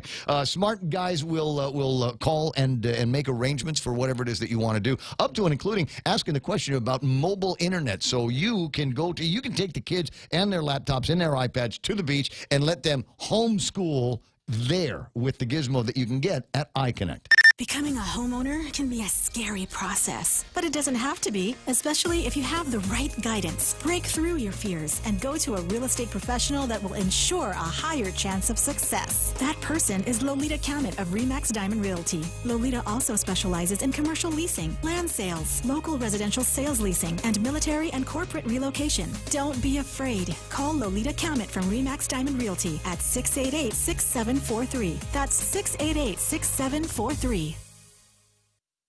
How about that? 7:36 portions of the program brought to you by the guys over at Nanbo Insurance. You know, their offices are closed right now because they'll BS Core 1 or whatever it is we're calling it. But they've got an active website, and you can contact them through their nanbo.com on the World Wide Web, and they will get back to you. So whatever you need to take care of for your insurance these days, they can get a handle on that for you. 7:37. Hofady, this is Kayla from APL Guam. Here at APL, our expertise and extensive network can help you grow your business and reach out to more markets. As a responsible carrier, APL is also committed to a sustainable future, whether it's protecting the environment or investing our efforts in giving back to the community. Our dedicated team in Guam and the U.S. mainland are here to support you. Call 588-4651 or visit apl.com. Shall we traffic gizmo? Yes, let's traffic gizmo. I'll put it up on your screen so you can see exactly what I'm looking at. And is there any northern area traffic? No, everybody already split the house and headed down into Upper Tumon in the Day-to-Do area. We're got a little bit of traffic just south of Waisangsong, the Harmon Loop intersection. Looks like the traffic that was in the middle of that roadway has cleared up nicely. 1 and 3 looking just a little bit busy. Like I said, mostly intersection traffic. Might be able to scooch in and see what's going on over by the Talo Verde place, the intersection there at Ipoh Road and Marine Corps Drive. It looks like a lot of traffic trying to get off that road onto Marine Corps Drive. Alternate routes are suggested. Just go back into Tumon. Go. It should be faster because there's nothing going on in Tumon right now except jogging. Might see a little bit of traffic over at the intersection by St. Anthony as you're making your way through there. Route 8 looking ugly, but not as ugly as it could look. It is now September, and they still haven't turned on the Payless light. They're afraid of the wrath of Mana. And I run it every day. They're afraid of the wrath of Mana. The idea here is, guys, when you are passing by Payless and Benson now, get on the inside. If you're going northbound, get on the inside lane. Just get on the inside lane and stay in the inside lane probably until you've passed Carbolito Elementary. Because otherwise you're going to get stuck in a lot of traffic. There's always somebody whose doggone is sticking out of the outside lane northbound on Route 8, and if they don't stop you there in front of Payless, you'll get stopped down in front of Benson's. Two very, very popular places with the smallest parking lots in the world. It's 7:39 in the morning, and that's right now traffic on the point.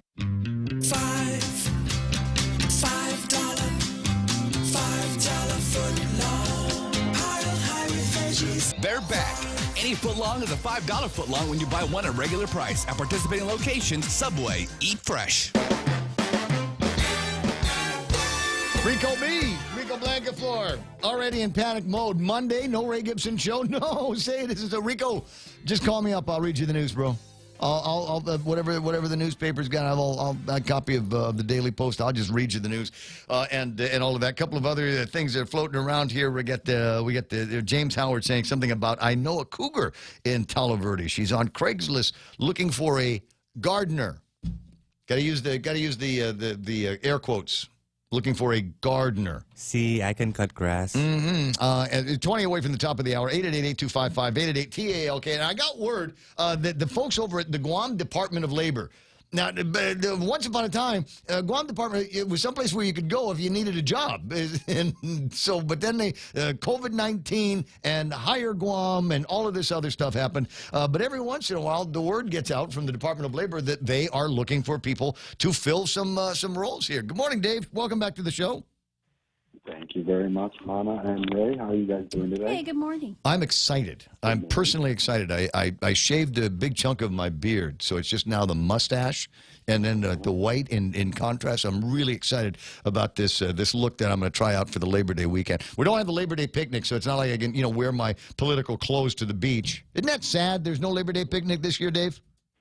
Yeah, but hey, we must be like in sync because I'm sporting a little bit of a beard going on here too. Dude, we got to get together. A little bit more gray than I imagined the last time I had. No, it's sexy. Chicks dig that. It's a Sean Connery daddy thing. But anyway, what we need to get a hold of the chief and let's have a staff meeting somewhere. What do you say? Sure, I'd love to do that. Right on. Wear our masks, of course. And now Department of Labor put out the word. I got the thing from Director Cho yesterday, and I thought I'd just talk to you about it. So you're looking for people to do what exactly over at DOL? Well, we have this dislocated worker recovery grant, which is money that was given to us, $12 million to help recover from COVID. And we've been using them at public health to do contact tracing. They've helped me with the PUA program. They've helped the schools. So where we're trying to help is where it's needed the most is cleaning, of course, sanitizing, temperature screening, trying to help out with the maintenance and the cleanups of various locations and the homeless shelters and things like that. To try to do our part so that the skilled workers can be utilized in a more, in a better place. Got instead of doing that stuff. So I have jobs opening. I'm trying to hire. They may not be the glamorous jobs, but they're rewarding. They help our community. They help keep people safe, and we're just trying to get the word out because we can't seem to get anybody to come in and do this. So I wanted to put the word out to you guys so that you can put it out. Well, Real Joe's always looking for something else to do after 10 o'clock in the morning, so he might be. He's got cross training. Yeah, this might be something that bring in a couple extra dollars. What are these positions paying? I mean, we're talking about something where I'm doing a temperature taking, and maybe that's enough of a skilled job to get me about $10, $11 an hour. Actually, they're paying $12 an hour. Bye, Ray. So it's not bad. And Joey's telling you something. What is $24,000 a year? That's $24,000 a year to hold the temperature scanner on somebody's face. Well, it's only for 6 months. No, the temperature scanners, I'm not sure how much they're getting. The ones that are going to be doing some of the sanitizing, the cleanup, that's a maintenance type of work. That's they deserve every bit that they can get. Are there any benefits do we get benefits on that? Do I get health insurance, gym membership? Oh, no. These are just temporary jobs with federal monies to help recover. How do I sign up? You can go online, or you can call down at the AJC when we get out of PCOR 1, and you can figure it's. Oh gosh, I'm trying to pull up my press release. You can Katrina.Contreras at DOL.Guam. You can email her there. Yeah. I know that's not the easiest. Well, no. I can. If you need the information on the Department of Labor on this particular program, I can tell you where to go and who to talk to. Just direct message me here on Facebook, or if you've got my WhatsApps, get a hold of me, because there are going to be people that might be looking into opportunities like this just over the limited term, and might number one, give you something to do and help out, and as you say, take some of the other skilled employees that would normally be doing those jobs and letting them take care of some of the higher end stuff that's out there. Food distribution. We're also trying to get people to help out with that food distribution too, so that we can alleviate some of the skilled workers that volunteer to do those things or whatever. We can get them in there too to help distribute food out of the schools, from and the distribution center. But they can also go on the Hire Guam and register there and put in their application there on Hire Guam. And of course, when we get out of PCOR 1, you can come down to the AJC and see us there to sign up. So an interesting story I found in the Mariana's Variety this morning about a radio personality, Jimmy Blancia, He said his pandemic unemployment assistance claim had been approved, but the bank told him they couldn't release the money. He later learned that his PUA claim was sent to Guam. Did you hear about this? No, I didn't, but we've had several, the Saipan system comes to our back door and works off of our same system. Okay. And we've had like 6 claims that were paid by us that were filed in Saipan. And it happens because those people were at one time filed on Hire Guam and were looking for work. Then they went back to Saipan. They filed their claim here, but their record is from Guam, and the system got kind of caught up with the crossing. So crossing swords. Yeah. So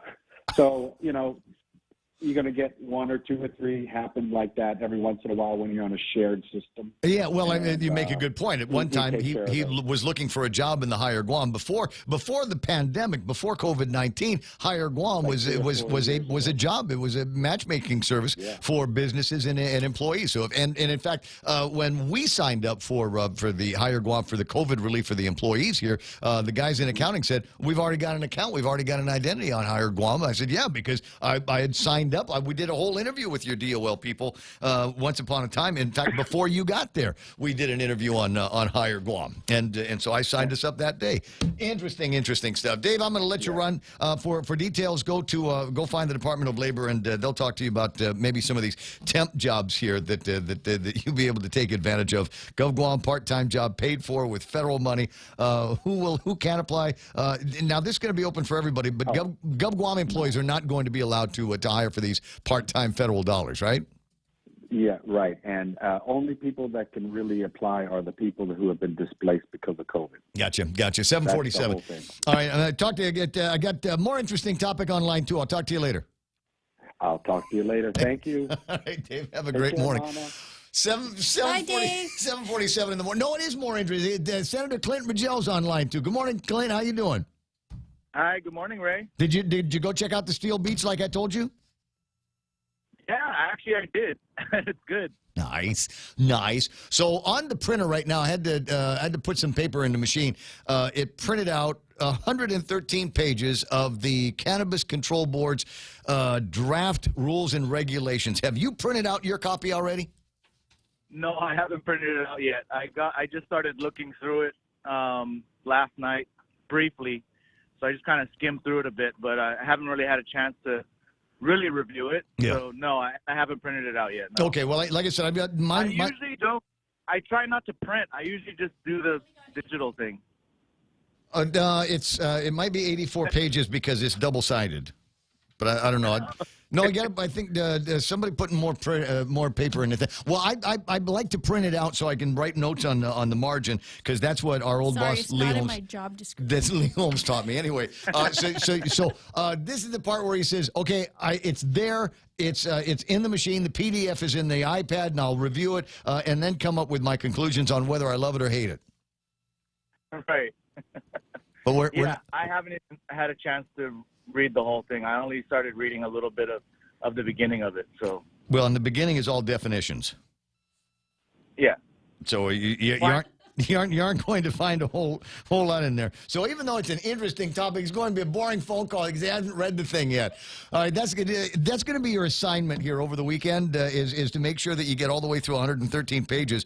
And then what's next is then we get the paperwork. I thought it was 133. I thought it was 133. 130, yeah, 133. I think is what the number ends up to be. But my point is that you got to get through all of that stuff. Get your notes in the margins of it, and then we'll talk about it on Tuesday when we're back in.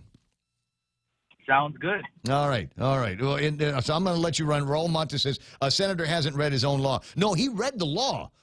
This is the rules and regulations. The law stipulated a cannabis control board would create the rules and regulations, and he has been arm's length from that process since it officially created the cannabis control board. They have been working on it. They finally got this out, and there's a variety of steps that now have to happen. The rules and regulations will need to be reviewed and or adopted by the legislature, but there's also a economic impact study or an economic statement that needs to come out of BBMR, correct? Yeah, BBMR's got to put an economic impact. It's I guess with regards to how it would a fiscal impact, I guess, on the government is what BBMR is doing. There is an economic. Oh, and that's right. I did tell you I would send you that. I didn't send that to you yet. I apologize. I was stuck in budget. I bet you send Chris stuff right away. I bet if it's Sabrina asking, you just get it to him right now. But since it's me, no, they don't have anything for me. No, I'll send it to you. It's the other one is the economic impact study done, sort of like how it would impact the entire economy. BBMR is focusing on what the fiscal impact would be, sort of to the government. Yeah. This other impact study is an overall impact study that was commissioned by GVB with a private company on what would be done overall across the island, like what kind of money we're potentially looking at generating in the economy. Yeah. I'll send you that one today. BBMR has to finish their fiscal impact. Then they still have to, the Cannabis Control Board still has to come up with some dates for public hearings. Yep. And then they're trying to figure out how to do it with the COVID and how to do, public hearings either virtually or something. They haven't hashed all those details out yet, but that's the next step. Okay. And I'll read through the thing. I just got it last night, so I got it the same time everyone was getting it. Yeah, well, I can't say anything. I got my copy from James Howard this morning. It was at 5. It was in my phone, and was looking through that as I was taking care of my constitutional. Read it, what in particular would you be hoping to find in there? I mean, as far as the rules and regs, I mean, is there anything that you would like them to have included in there? Sure. Yeah. One thing is I would like vertical integration to be in it, and there was talk about it. I mean, I went to a lot of the Cannabis Control Board meetings to sit in, but, we didn't have any paper in front of us to see exactly what they were drafting. But I kind of listened along to a lot of the discussions. So most of the discussions, I thought they were along the right track. And when I sort of skimmed over the rules and regs last night, I saw a lot of the stuff that they were talking about in the discussions.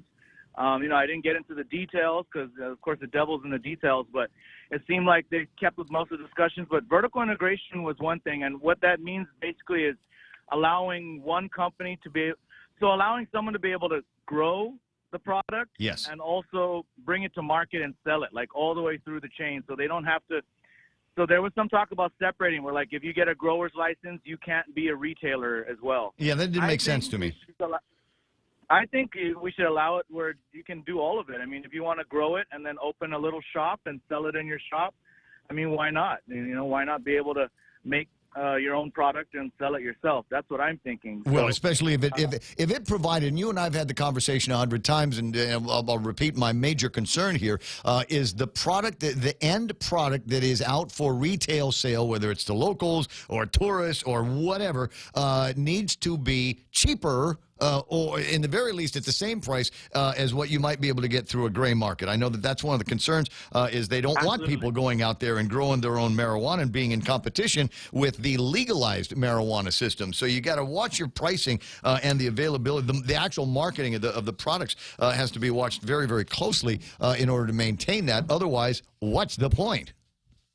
Absolutely, and that's another thing too. If you put in too many middlemen, it could increase the cost. If there's too many middlemen, I mean, if you can grow it, but then you can't transport it to, like if there's a separate guy that's going to transport it, and then there's a separate person who's going to package it, and a separate person who's going to do retailing, then prices can go up. And we add value we add value and cost at every step, and eventually it's going to go down to the consumer, and the consumer is going to say, you know what, this stuff's only a little bit better than what I was getting from my friend that lives down the street that's always got ching ching eyes. So we got to be careful with all of that. But this isn't set in stone, though, right? Because there's still public hearings that are going to be set in place. Absolutely, yeah. So the rules and regulations, the Cannabis Control Board is going to have public hearings they're the first ones that have to have public hearings on it. I forget the exact number they're required to have. But last I heard, they wanted to have, 3 at least. They wanted to do like a north, a central, and south. But I think the geographic thing's kind of out of the picture now, because I don't think they're planning on doing it in person. I think they're working on virtually holding these hearings because of COVID-19. Yeah. They don't want to gather too many people. So they're working that out. And once they figure that out, they're going to hold their hearings. Then they have one final chance to revise their rules and regulations based on the input from the hearings. They can revise their rules and regs. Then they put out their final version of the rules and regs. And then that gets sent down to the legislature. Then we have like 90 days to do something with it. Right. I also want to keep track of the licensing fees that are associated with these kinds of things. We want to make this so that anybody can participate in this as much as possible at a variety of different levels. Because the last thing that we need is another industry that the people that are already rich can control from the top to the bottom. 7:56 in the morning. I am concerned about the other economic impact study, not necessarily the one that talks about what the costs are going to be for the government of Guam, but what the financial impact is going to be all over the island. We were looking at this as, X number of locals will be able to participate on the retail side, and there will be X number of visitors to Guam. The travelers are going to come to Guam, and they're going to seek out our fine buds and et cetera here on Guam. But we ain't got no tourists coming in, and I don't know when that's going to be a reality. How much do you suppose that's going to factor into them laying out that economic impact study? Yeah, it's definitely going to be a factor, but I think that's why this is good. I think this will help entice tourists to want to come back as soon as we're ready to open, and especially if we open to tourism sort of slowly, and then because what I think is going to happen is even if we open up to tourists, they're not all going to flock back right away, because a lot of the Asian market, they're very they don't travel as much whenever there's these types of things. Like we've seen it with the SARS outbreak before, and the SARS outbreak was nothing near to COVID, and even that caused our tourism to dip big time. So it's going to be, we're going to have to fight to bring them back in. Even if we did open up fully, we got to fight to get the tourists to want to come back. And I think this is one thing that would entice that sector of the market. And this does talk about some numbers as far as estimates, as far as how many people they think in Asia would be interested in this. Hey, one last thing before I let you go. There's a lot of disapproval in the community on these lockdowns, and you and I have talked about the idea of having some kind of a town hall over at the legislature. Michelle Armenta has got a petition floating around on change.org, and we'll send it out to your colleague Therese Terlahi. Would you like to continue? Would you help her push that idea along? I think there's a lot of people with a lot of questions about transparency and shifting sands when it comes to the message that came out. You heard what Dr. Nguyen said last week, that he had retracted, and now we've got the people over at the governor's office saying she's inclined to extend the lockdown for another week. We've got the medical director over at the Department of Public Health and Social Services who says it will be extended ad infinitum. So wondering who the hell is in charge of all of this, and I think that's something the legislature can help sort out. Could you push that a little bit further? Sure, yeah. Through Senator Therese's committee, right? Yeah, well, she's a committee on health. That's where everything is going to go. But I think she is planning on holding a public hearing on public health. So I'm sure that these will be some topics that will be discussed. It's an oversight hearing. It's an oversight hearing on public health and contact tracing. Right. But there's also a confirmation hearing on Arts and Augustin to take over the Department of Public Health and Social Services. And I think that would be the appropriate place for many people to chime in to the degree that they would be allowed to. I'm talking about a town hall roundtable with everybody. I see. Sure, definitely. Okay. Yeah, I think that's a good idea. Well, get with Chach and make it through. And by the way, you two are probably the only two Democrats I'm voting for. So I'll talk to you later. Thank you. All right, bud. Thanks, Ray. 7:59 and change. As Clint Rigel, he gets a free pass on this Viva! program. Viva. Anyway, 7:59 and change, and Therese Terlai, hashtag should have been speaker. We got that, but with a couple more conversations on a bunch of different topics coming up in the next hour of the program. Closing in on 8 o'clock. Fox News Live is coming up next.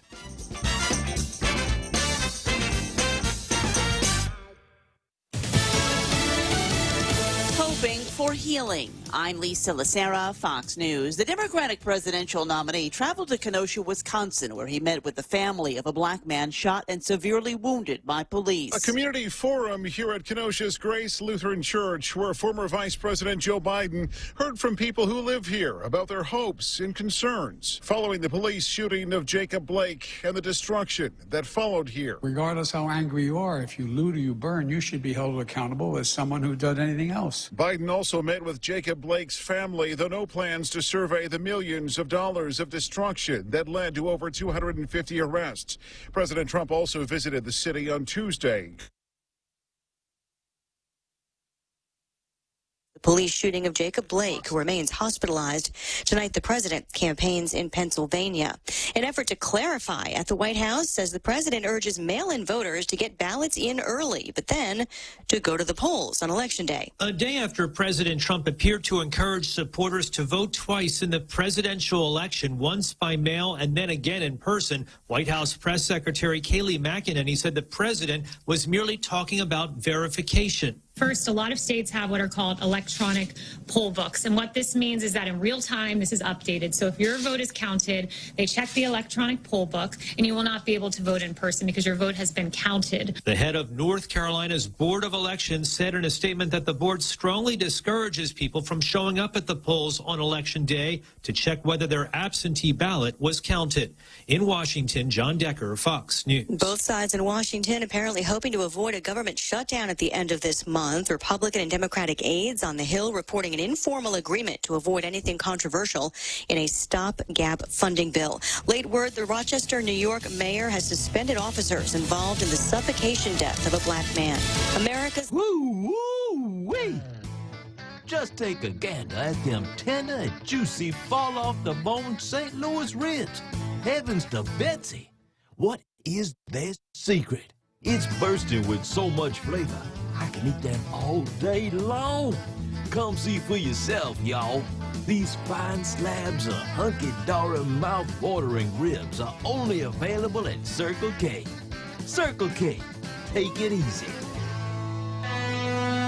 Half a day. This is Michelle from APL Guam. Here at APL, our expertise and extensive network can help you grow your business and reach out to more markets. As a responsible carrier, APL is also committed to a sustainable future, whether it's protecting the environment or investing our efforts in giving back to the community. Our dedicated teams in Guam and on the U.S. mainland are here to support you. Call 588-4651 or visit apl.com.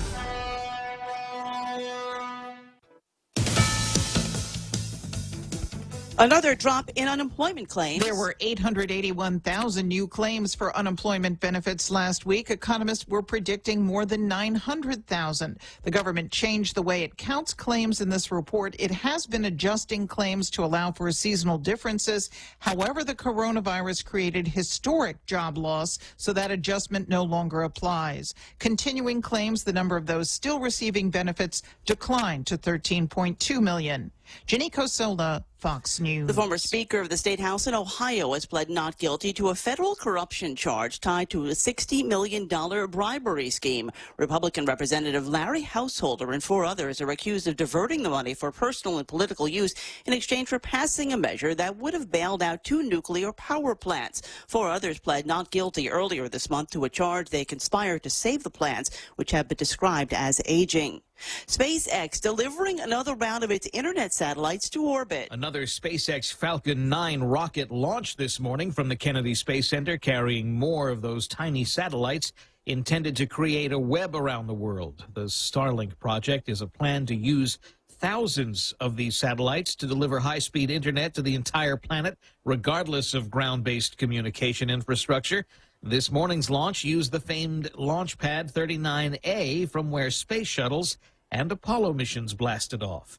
In Broward County, Florida, Eben Brown, Fox News. Production on the movie The Batman is shut down in the UK after its star has reportedly tested positive for COVID-19. The reports on Robert Pattinson testing positive from Vanity Fair and The Hollywood Reporter. A spokesperson for Warner Brothers did not name the person, but said they're now isolating. The film had just resumed production a few days ago. I'm Lisa Lacera. This is Fox News.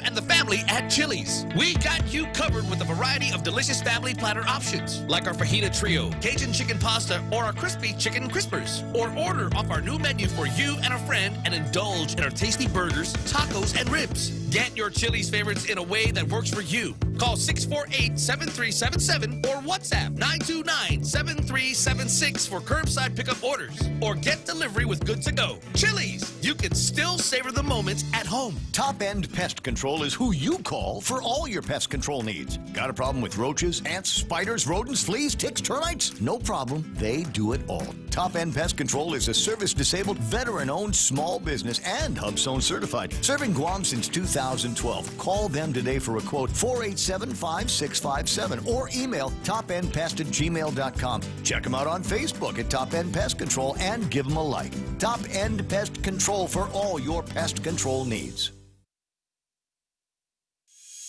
If you've ever struggled for breath, you know what a scary experience it is. Whether you have asthma, emphysema, COPD, lung cancer, or another respiratory illness, the right medical treatment makes all the difference. GRMC's Pulmonology Clinic has the latest technology and respiratory equipment, staffed by world-class pulmonologists. Make an appointment today with GRMC's Pulmonology Clinic and start breathing easier. GRMC, where patients are partners. This newscast is brought to you by Pacific Retina Specialist, providing advanced eye care since 1999. Well, today it's 8:06. I'm Montesova Tyron with a look at your local news on the point. The numbers are staying up there, and there's a strong likelihood the governor is going to extend the current stay-at-home order, as well as the pandemic condition of readiness 1 as the island fights off this coronavirus. The Joint Information Center reported yesterday 74 new cases of COVID-19, bringing the island's total to 1,560 since the testing started in March. 45 people are in the hospital, 9 of them in the intensive care unit. The report also states that 831 people are in active isolation. Well, the lockdown, meanwhile, was to expire at noon today, according to the governor's executive order. However, word from Guadalupe is that she's inclined again to extend the stay-at-home order and the PCOR 1, which leaves many businesses and much of the government shut down. An announcement will be made in a press conference scheduled for 11 this morning. The governor's been especially concerned with the rise in cases and the numbers of deaths related to COVID-19. With 9 people in the ICU and on ventilators, there is worry that the hospital will not be able to accommodate a further surge in COVID numbers, but the skilled nursing unit should be up and should be able to take patients as soon as this weekend. GMH Administrator Lillian Posadas tells the Daily Post the SNU is ready for occupancy, that with a temporary fix to their air conditioning unit that's been down for some time. The hospital is looking at moving patients into the SNU this weekend. Well, the legislature's Health Committee will hold an oversight hearing next week on the Department of Public Health. That hearing will be a virtual one at 5 p.m. on Thursday. That's September 10th. The hearing will focus on testing to include contact tracing, the status of the CARES Act, and the status of hiring at Public Health. There will also be a confirmation hearing on the appointment of Art St. Augustine as the Director of Public Health. That hearing again Thursday, September 10th at 5 p.m.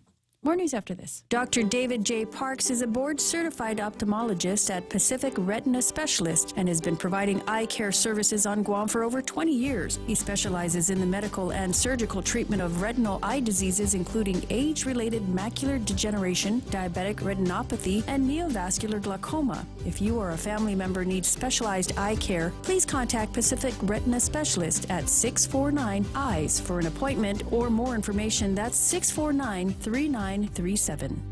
The legislators, with the rise comes news that government workers have tested positive for coronavirus. The airport reporting its third case of COVID-19. 8 employees at the Department of Public Works also confirmed positive, and 2 Guam Fire Department firefighters and 2 more employees of the Department of Education. Officials say that they are all undergoing contact tracing and are in isolation. There's also been an increase in cases at the Naval Exchange. However, the operations there have not been interrupted. The Naval Exchange is taking additional protective measures to ensure the safety of its employees and its customers. NEX Guam has done the contact tracing. They do say that none of the positive employees have been close contacts with any of their customers. And the Department of Education will be distributing its grab-and-go food boxes to families this week. It's part of their school meals program that will include non-perishable items that will last for about a week. Schools will be handing those out on Fridays starting today. And after months of delay, Guam's Cannabis Control Board has finally released its proposed rules and regulations for adult-use cannabis sales. The document, which is more than 100 pages long, is to be up for a public hearing, but it appears that there will be another delay in that with the shutdown, according to the report in Cannabis Wire. The chair of the Cannabis Control Board, Vanessa Williams, says it's unclear when they'll hold that public hearing. The report says, though, that the regulations are straightforward. It includes products such as flowers, edibles, and concentrates. Licenses will be created for cultivation, testing, product manufacturing, and retail. There is no language, though, pertaining to consumption in public places. And this time of the year, we would usually be preparing for the annual GovGuam Labor Day picnic, but that has been called off just as the Liberation Day parade was. Monday is a Labor Day holiday, though, so that means all government services will be closed for the day. And those are some of your top stories here on The Point. Here's Ray with your weather. Sometimes I think I'm not thankful enough, that I'm not as appreciative as I should be of the people that are around me, people that I love, people I interact with. Mm-hmm. So I'd like to take just a quick opportunity to say thank you very much to all of the people for not putting me on the 25 push-ups for 25-day challenge. I needed to get said here. Needed to get said. I'm looking at friends of mine. My friend Austin. My friend Austin. He's on day 9 of this thing. And you know, every time I see it, it looks like he's trying to kill himself by doing push-ups. So I'm just thank you very much. So on day 1 you do 1 push-up. On day 2 you do 2 push-ups. Is that how it works? You want to get them big arms, 25 right, Ray? push-ups for 25 days. So you got to do. I couldn't do 25 at all. I'm out. You I could do 1. How long do I have? Because I can do like all day. Like 5 in this morning, and then after the show I can do break another it up, 5. man. You are good at whatever editing, it so you takes. just do 1 and then loop it. It's a plan. But I just want to say thanks very much for please and don't all start at the same time inviting me to do that challenge, because I ain't going to do it. I needed to get that out and put it out there before somebody did invite me for the 25 push-ups a day for 25 days nonsense. Partly cloudy today with isolated showers, easterly winds up to about 15 miles an hour. Daytime highs 90 for tonight. Partly cloudy with isolated showers, more of those easterly winds. Lows near 78 degrees. Saturday, partly cloudy, isolated showers. Saturday night, Sunday, partly cloudy, isolated showers. There is, and I showed this on the Facebooks a little bit earlier. There is a weather system that we've got. It's to the north and west of us right now. So it's generally, once they start moving in that direction, I don't really care. But I'm looking at the thing right now on the weather gizmo, and I'm thinking this ought to be all right here as it pulls weather away from us. Right, all of the heavy stuff is already concentrated around the center of it. It looks like it's just a great-looking center of that storm. But it looks like it's pulling some of the clouds and some of the wet away from us, which means, in my mind, this is going to be a grill marks weekend. So if somebody has challenged you to the 25 push-ups a day for 25-day things, tomorrow, this weekend should be a great day to get all that. Wait, it's 25 times 20. Could I just do? Could I What just? is 25 times 25? Still math here. What is it? Tell me, Ray. Shut up. You know what? I'm going to try it out. I'll try it out. Equals, okay, break my 625. Could you just do 625 now and knock it out? Yeah, Ray, get it over with. Yeah, I'll bet there's dudes that could do that. I'll bet we got people listening right now that could do 600, just knock out 625 push-ups starting now until the end of the show. I know some girls that could do that too. You better be afraid of them. You better always call them ma'am, sir.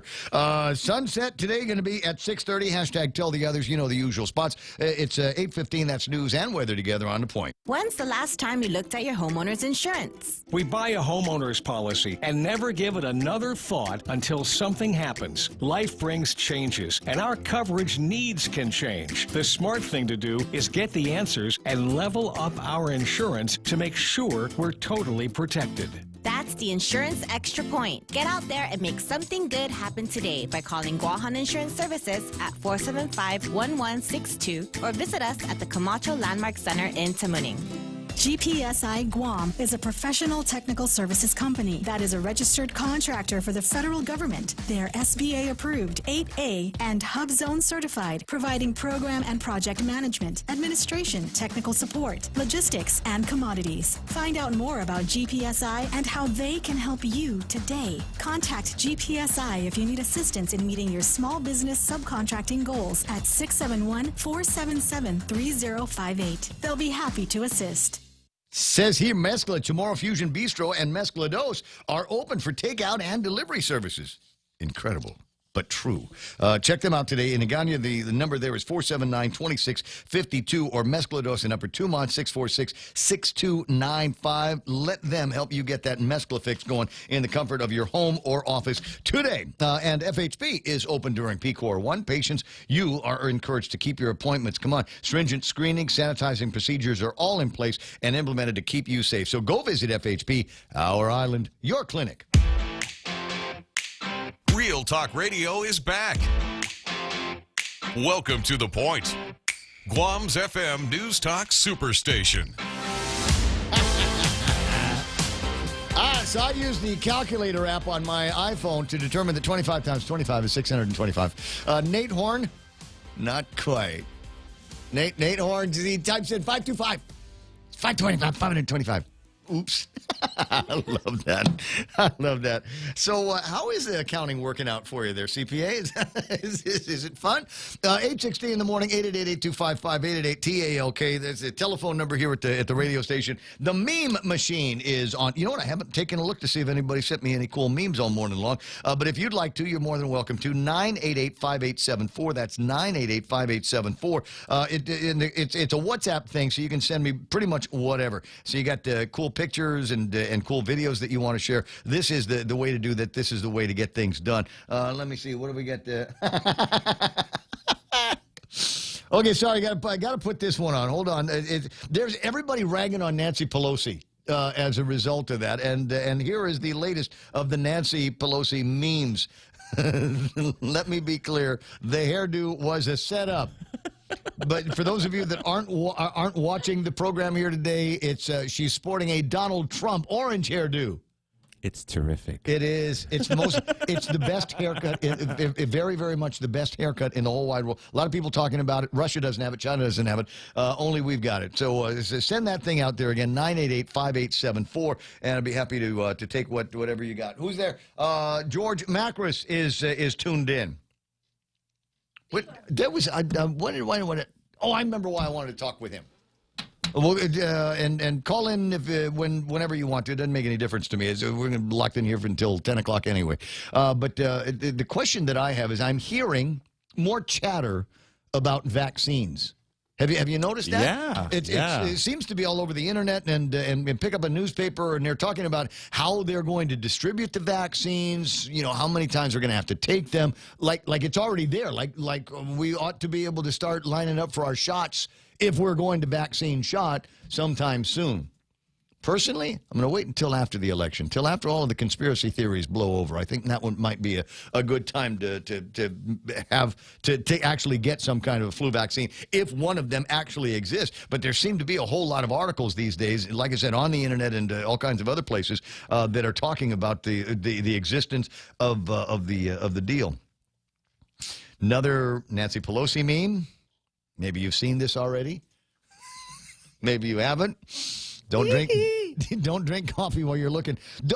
Kamala Harris, they did something similar with Kamala Harris. Did you see that where she was? They had an interview with her, and there was like the before picture of Kamala Harris, and then there was an after. And apparently, the word on the streets is she's had some work done. And when I say some work, I'm talking about Michael Jackson amounts of work that might have been done on her face. But I haven't been able to independently confirm any of that stuff. Guam, number one on this list. Can you guess what delicacy is deadly here?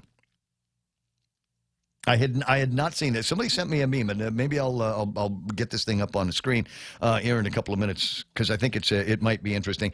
I don't recall whether or not. Yeah, after the news is good, Doc. I don't recall whether or not I took the link. I had the link here. I want to copy and paste this. Hold on a sec.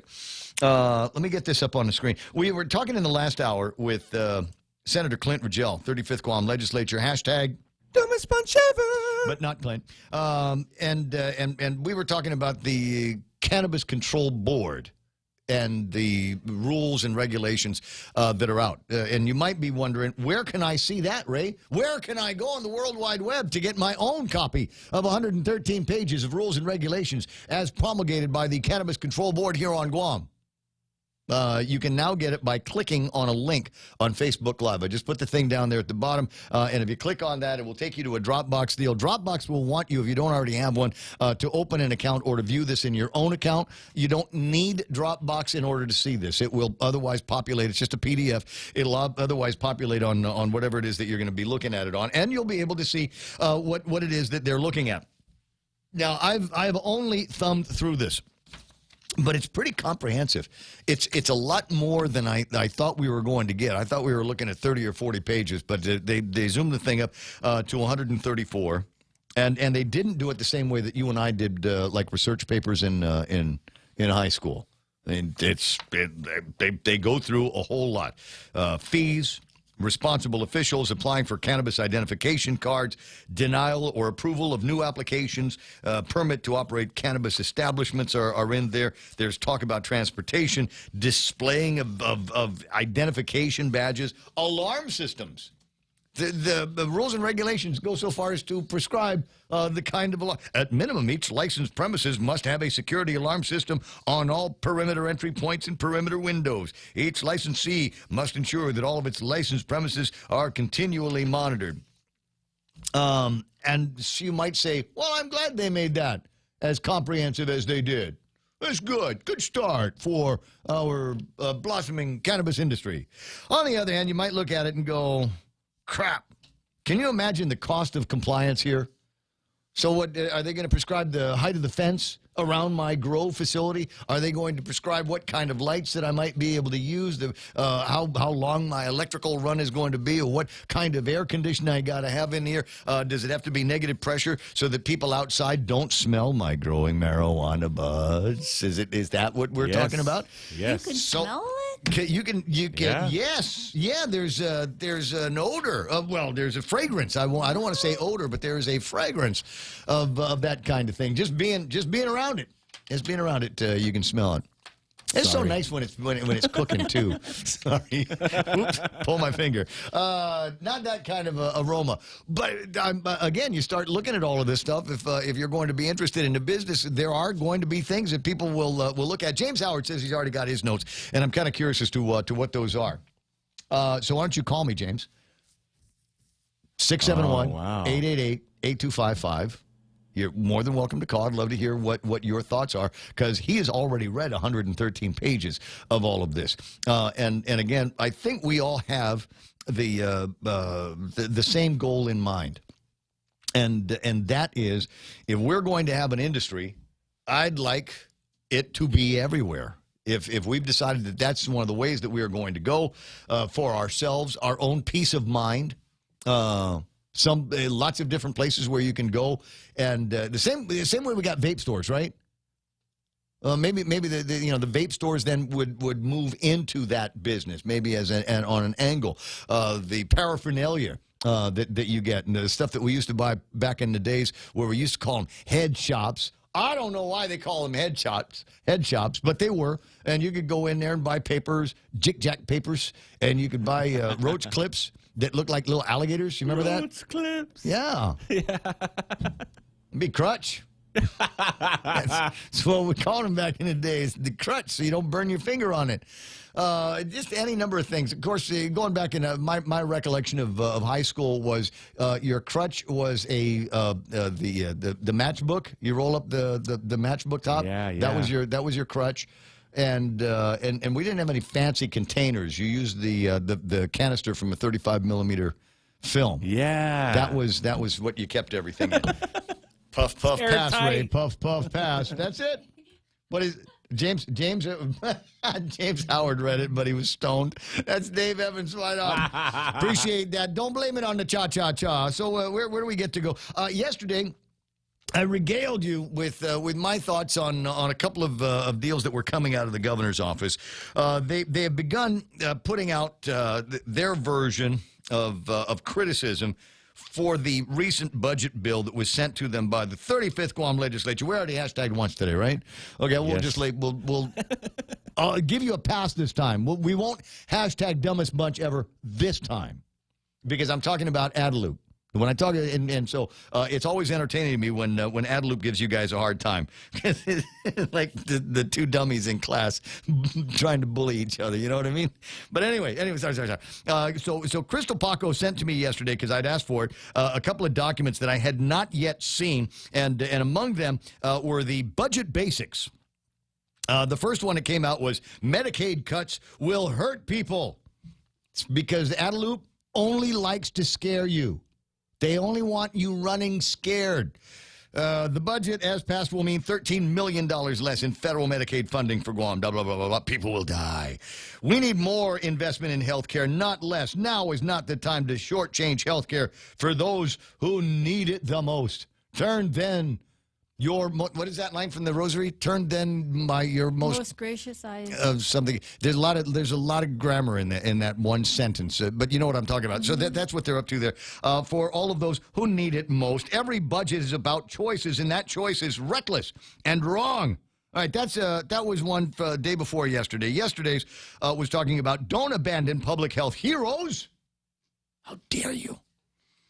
The budget, as passed, guts public health operations appropriations by more than $3.7 million when compared to the agency's request. The war against COVID-19 can't be won by abandoning our public health heroes in the middle of the fight. By gutting operations at public health, an untold number of men and women could be furloughed when we need them the most. At its heart, this is the very Carlo here. At its heart, the budget is a statement of values. The budget seems to abandon the thing we value most, the health of our people. What were you going to click on? You were going to click on something? You're trying to decide. There you go. And after this, our exile, show unto us the blessed fruit of thy womb, Jesus. Is there another one today? Yes, there is another one today. Budget Basics number 3. That's as Catholic as we get around here, isn't it? Okay, budget number 3. As a means to make up for funding shortfalls in FY21, the budget, as passed, provides for 30 continuing or carryover authorizations from prior year's appropriations.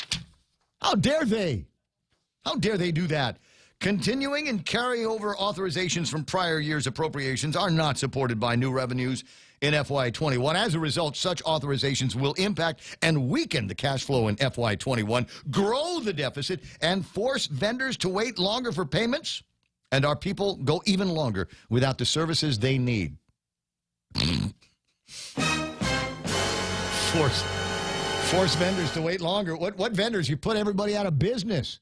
Everybody's in PCOR 1. Everybody's in lockdown, except the people you think are essential. Can't buy Zoris. Can't buy a pool for the kids.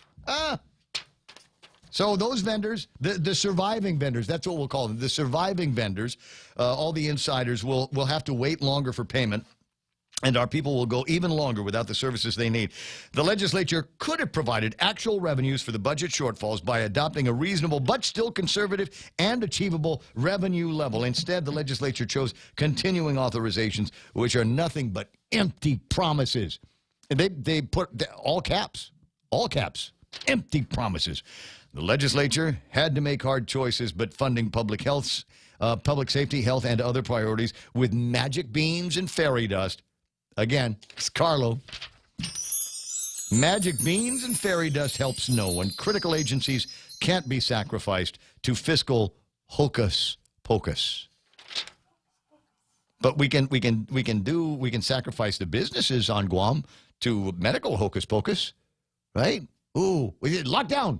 Yeah, everybody locked down except the businesses we like. Everybody hunker down in your basements and just eat their nibble on your biscuito and spam. But we're gonna have parties and go get our hair done, right? Everybody got a quarantine. You fly into Guam, you make the mistake of flying into Guam, 14-day quarantine. It'll be in a nice hotel and the food will be good. Shelley has only complained about the food once and it was a minor complaint, right? It was the chili. She didn't like the chili and rice. Right, but otherwise, that's the deal. You commit the crime of flying into Guam, 14 days in the gilded prison, ladies and gentlemen. But if you know somebody, straight through. You just got the sign. You know what it is? It's a rolling suitcase with the inside with one of those "I'm in" stickers on it. They take one look at that. Oh no, you don't need to get on the bus, sir. No, go ahead and go home. You quarantine. You can quarantine at home if you like to, Senator. Oops. I wasn't supposed to say that, right? Anyway, 8:30 in the morning, 888-255-888, TALK is the telephone number. So there we go. Oh, did you ever confirm that, though? What? Did you ever call him and ask him? No, I never did. Aw. What? You have his number. I do? He invited you to the motorcade. Oh, good Lord. 8:30 in the morning. If you knew who we were talking about, you would know why I'd be rolling my eyes. The guy speaks in an accent that I can't place. Anyway, Senator Jim Moylan on the line. Good morning, Senator. How you doing?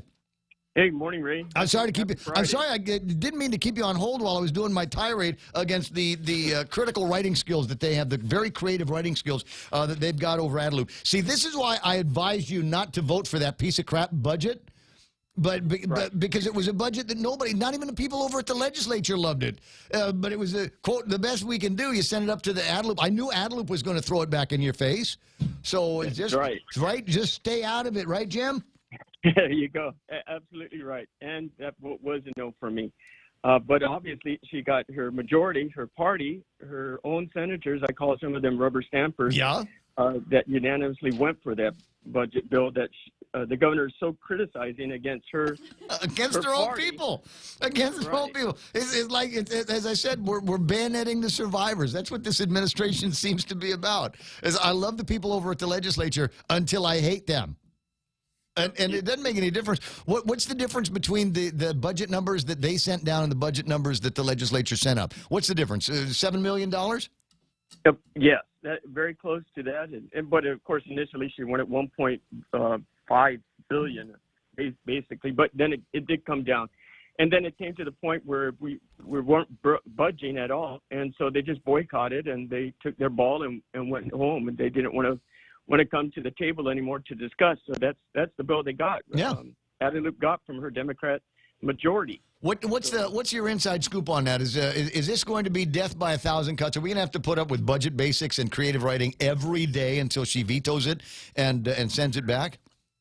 She wants, I guess, to make the message clear to her Democrats there that this is what I want and this is what you should give me, so just rubber stamp it. So, yes, I look at a veto coming on down and probably them proposing their own bill because it's not going to give us enough time to really study something and come up with some changes to it. So another rubber stamper will come on board and we'll see what it goes from there. But I bet you the amendments that we did make will probably not be there when the governor submits her budget bill, and it would just fly right through. Yeah. And they'll get what they want. Yeah, well, including what, 30% transfer authority?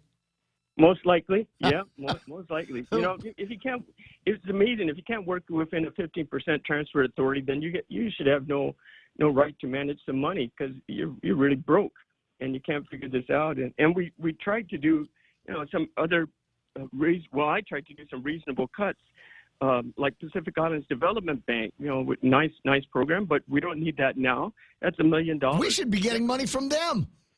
Exactly, but I haven't seen any reports about it, and I understand from the when we were discussing this in our virtual hearing sessions there on the budget that it was given the money was provided, but no reports, again, transparency, was given about that. Or how about deputy directors, putting deputy directors into non-essential offices that are still closed today? We could have saved, well, back then in the FY19 budget, $1.5 million as well. I can come up with a whole bunch of different things too, or the G3 initiative. Oh my goodness, another story. But we could have made cuts to further to assist public health, which the Guadalupe is so hard on stressing. Oh yeah, because people will die. They're threatening. Right. They came out and threatened that they were going to have to furlough people over at the Department of Public Health and Social Services, and it might have made for a wonderful piece of dramatic pathos in the writing. But who in their right mind in a pandemic would even consider the idea of furloughing anybody at the Department of Public Health and Social Services? You know who's going to get furloughed before them is executive security, guys. There's 101 different places to cut. I think it is the emptiest of threats and the most pointless of threats that I've ever seen coming out of the press office and the guys over at Guadalupe. They're just dumb. And I can't believe that they put that kind of nonsense out there, because they're dumb and they think they're like ICE people. They're like the people that get pulled over for ICE, and they always say the stupidest things to the cop because ICE makes you stupid and it makes you think everybody else is stupid. Apparently, being at Guadalupe makes you stupid. It makes you think everybody else is stupid because we know better than to think that in public health at a time like this they'd furlough anybody at public health. Exactly, right? Good point. And to include, especially the hospital, since last year's budget, and then we made another bill to reinforce it, but still $10 million was not transferred over to the Guam Memorial Hospital. So here's my question. Jimmy, here's my question. This is going to be your assignment today. All right. You get with Clint, both of you do your assignments together. Your assignment today is going to be, because remember they said in the very beginning there was a whole conversation over at the legislature about and it got sucker punched. They beat you to the punch on this one, and they said we don't need to get any rules on transparency from the legislature. We'll do it ourselves.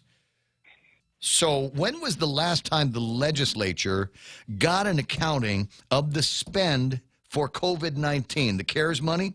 Remember they said that they were going to send a report down all the time to the legislature on how they're spending the money for the federal CARES money? Did you get one? Did you get a copy of that? They just highlighted a few things, but they really didn't get into any of the details that were requested through a FOIA. So no, I did so not. Did they respond to a FOIA? Did they respond?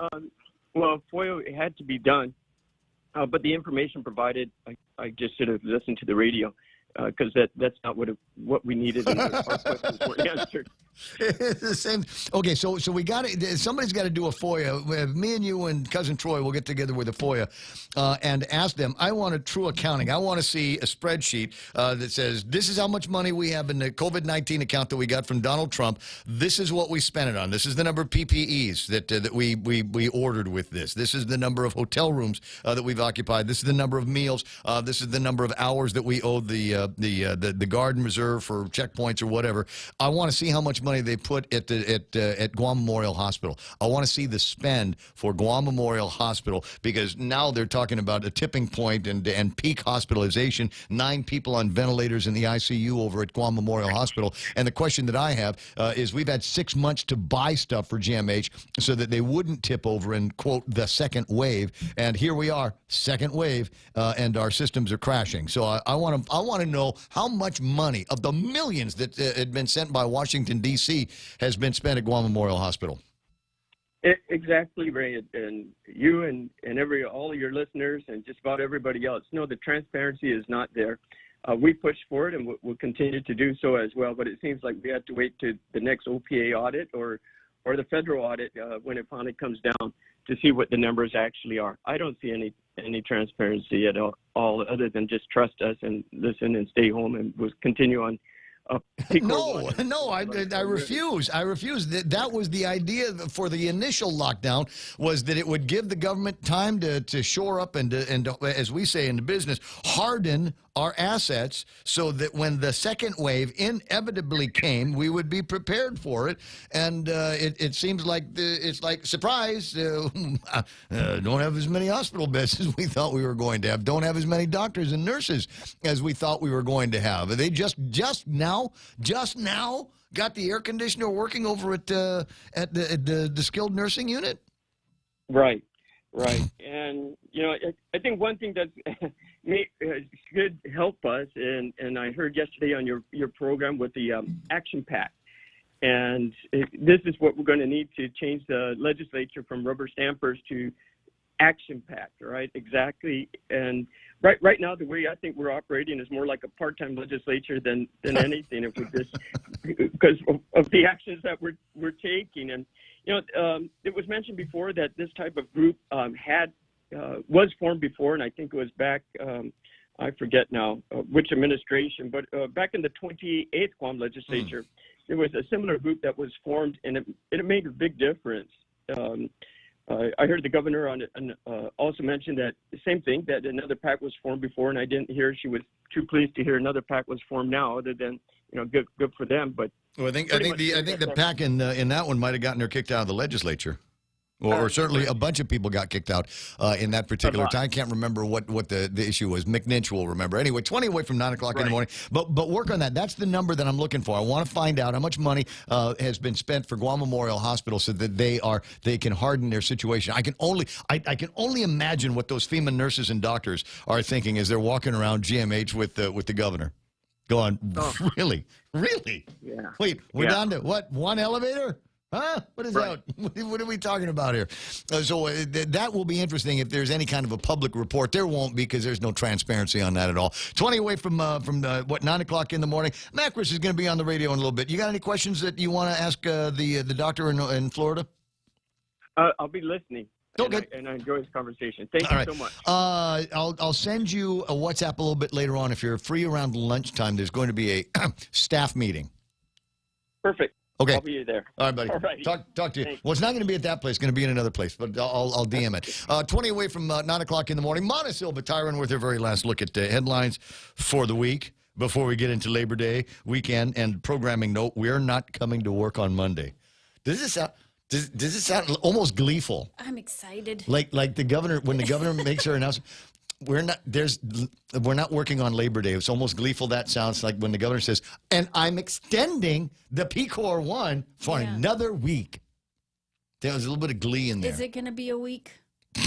Somebody said it's almost inhumane the way they're giving us the death by 1,000 cuts, death 1 week at a time. I told you guys, Passion of the Christ. How long can we prolong the suffering? You know you're going to die, and it's going to hurt all the way through. That's what they're up to. Anyway, Mona's got news next. Be right back. GRMC's Neuroscience and Neurology Department treats a wide spectrum of disorders associated with the nervous system, spine, and brain. Some of the more common disorders include seizures, epilepsy, dementia, sleep disorders, migraine, and stroke, which is one of the leading causes of death on Guam. GRMC's neuroscience team is equipped with the latest technology and the finest neurological doctors. To make an appointment, contact GRMC Specialty Clinics at 645-5500. Howdy, folks. I'm Colonel Sanders from KFC. Allow me to introduce my new KFC hot wing flavors. I'm getting very, very hungry. Buffalo and honey barbecue. Am I dreaming?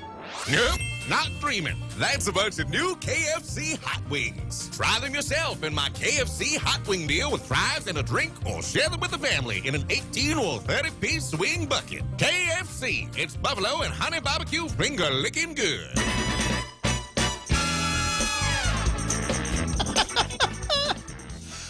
The meme machine's definitely online. I'll share some of these with you in a couple of minutes. Mona's going to blaze through this last look at headlines here, because I have not one, but two doctors on the line. Two real doctors on the phone. I got Dr. Tom Shea. We're gonna bring him in first, and then I might do both of them. I don't know. And then we got Dr. George Macris on the line. It's going to be awesome. It would be awesome because I'm almost positive that on practically every issue surrounding COVID-19, those two docs are on the same page. page. But first, we got to jump into headlines. Montecito Veteran's out there with the news. What's going on? 74 new cases of COVID-19 reported yesterday. 45 people in the hospital, 9 of those in the intensive care unit. And according to the Post, all 9 are on ventilators.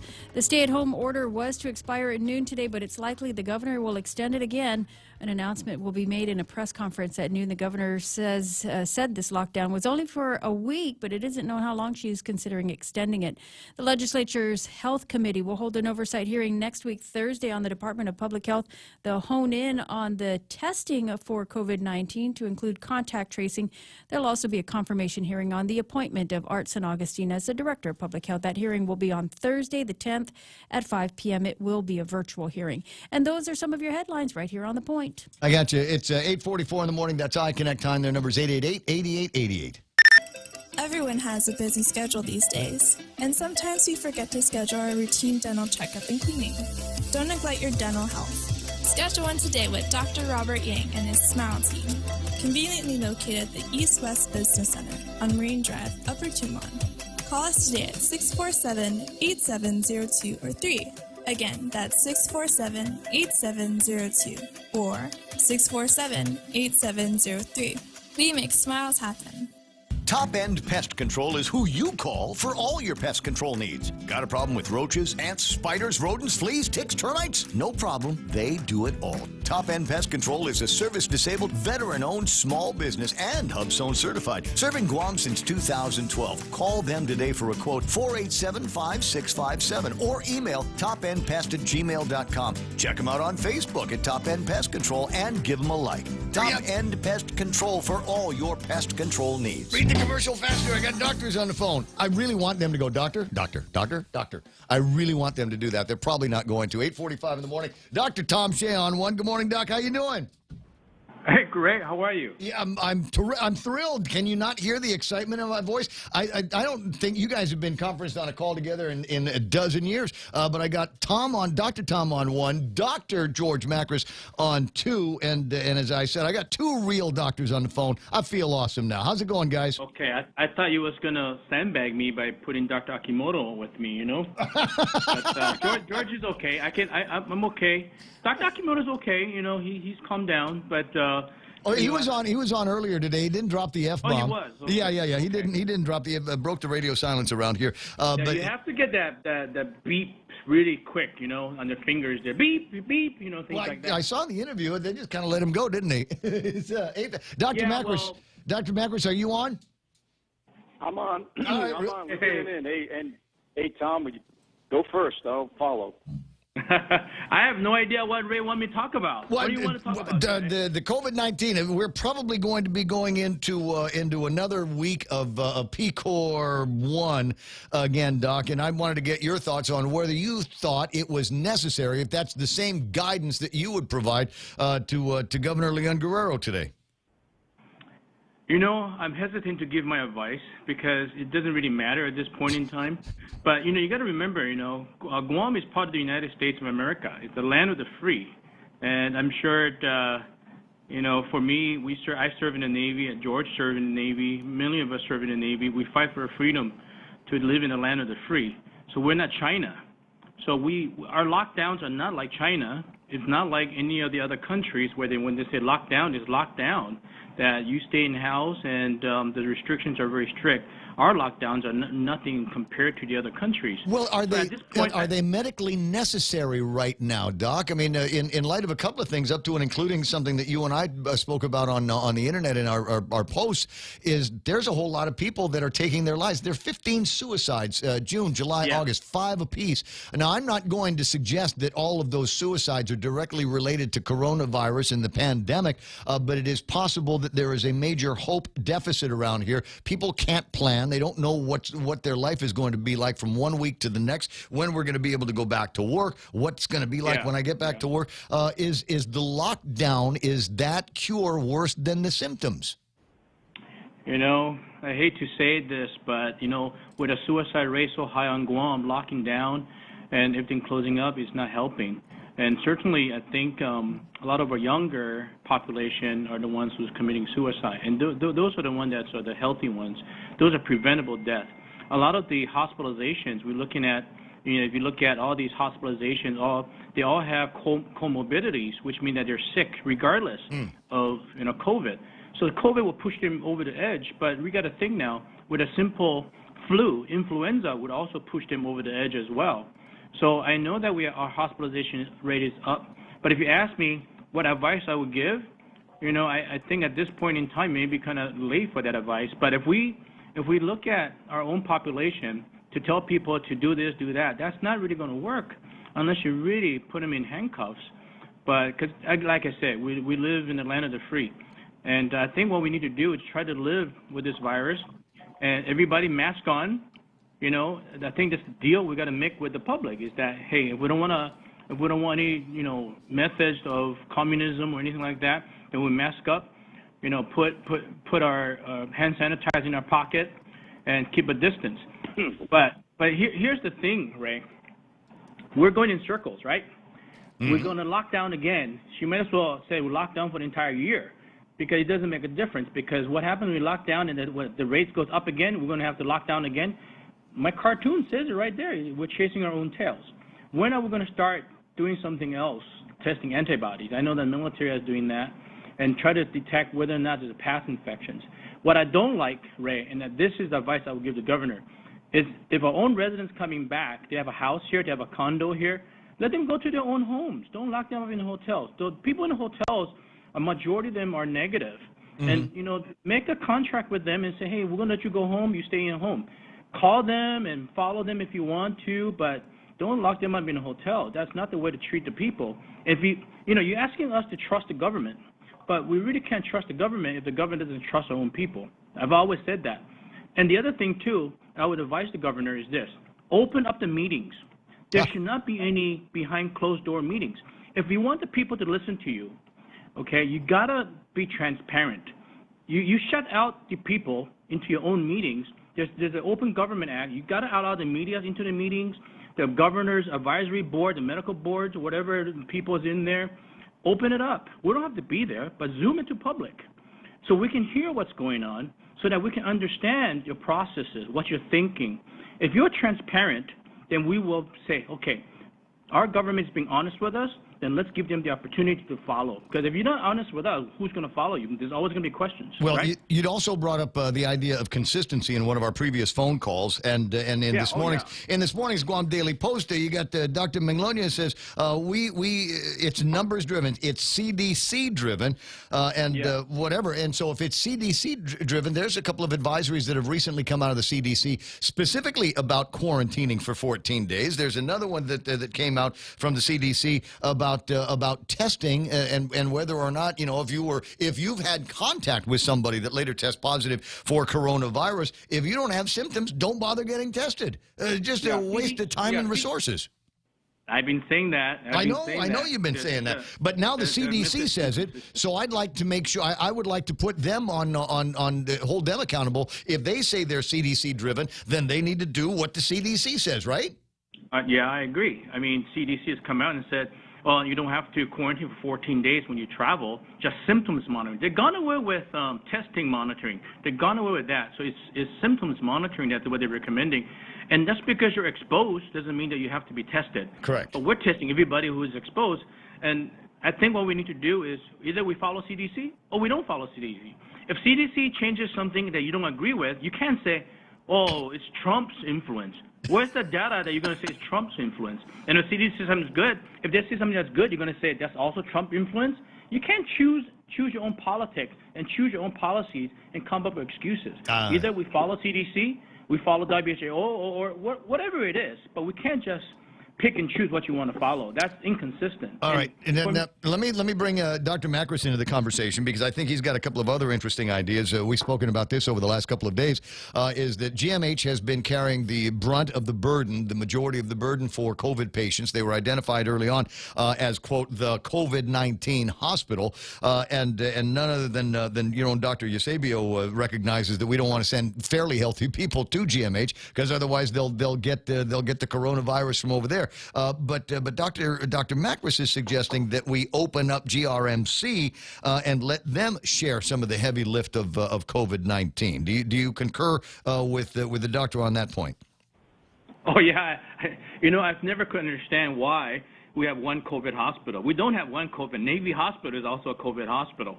There's no such thing, in my opinion, on a small island that we want to isolate everybody in one COVID hospital, because once you get out of the hospital, the other hospital is going to get it anyway. So I don't think, and you know, there are tests positive at GRMC. The other thing what I like to do is test everybody at the hospitals. I've said it, airport, 2 hospitals, or even naval hospital, test everybody, because you don't know how many people are tested positive. You already got a nosocomial infection, a hospital-acquired infection at GMH, and then who knows at GRMC. So I think they need to share the burden, and I think GRMC is okay to take care of COVID patients. If they're not able to, then there shouldn't be a hospital, period. Interesting conversations with Dr. Tom Shea. Listen, I'm going to let you run because I know you probably got a baby to deliver, so we'll talk again soon. Okay, I'll talk to you later. Okay, George, come on. When are you going to come back to Guam, George? When somebody pays my $10,000 to file my application, that's the fine they have given me to get my license unsuspended. That's it? Just $10,000? Come on, George. $10,000 and then some monkey business. Couple like courses and stuff like that, which I don't need. Good Lord. Anyway, it's principle. It's the principle. I'll talk to you pretty soon, Doc. I appreciate your time. Dr. Tom Shea on line 1. We move over to the conversation with Dr. George Macris. And for the first time, I appreciate you sitting back and letting Tom go for as long as he did. I presume that you appreciate the points that he was bringing up as well. Well, we're thinking along the same lines. But let me just say, you know, it takes a while to kind of figure out what's happening. And right now, it's apparent that since GRMC was brought up, that the guy behind the scenes is probably Mike Cruz, not public health. He's probably the guy making the final or near final decision or advice to the governor. So the lockdown is probably his doing, the hospital manager is probably his doing. But let me move on to lockdown. There's no evidence to show it's working. No evidence. You have a consistent or rising infection rate. You obviously are seeing increased hospitalizations. Now, at this point, you probably should be seeing less.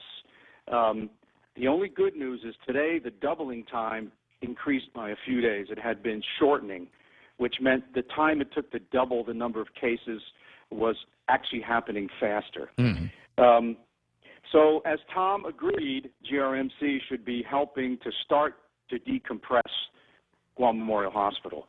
And the reason I say Mike Cruz is behind a lot of it, because Felix Cabrera would not make ridiculous suggestions unless his boss told him to, such as bringing over, at this point, women and children, because women and children will need COVID care as well.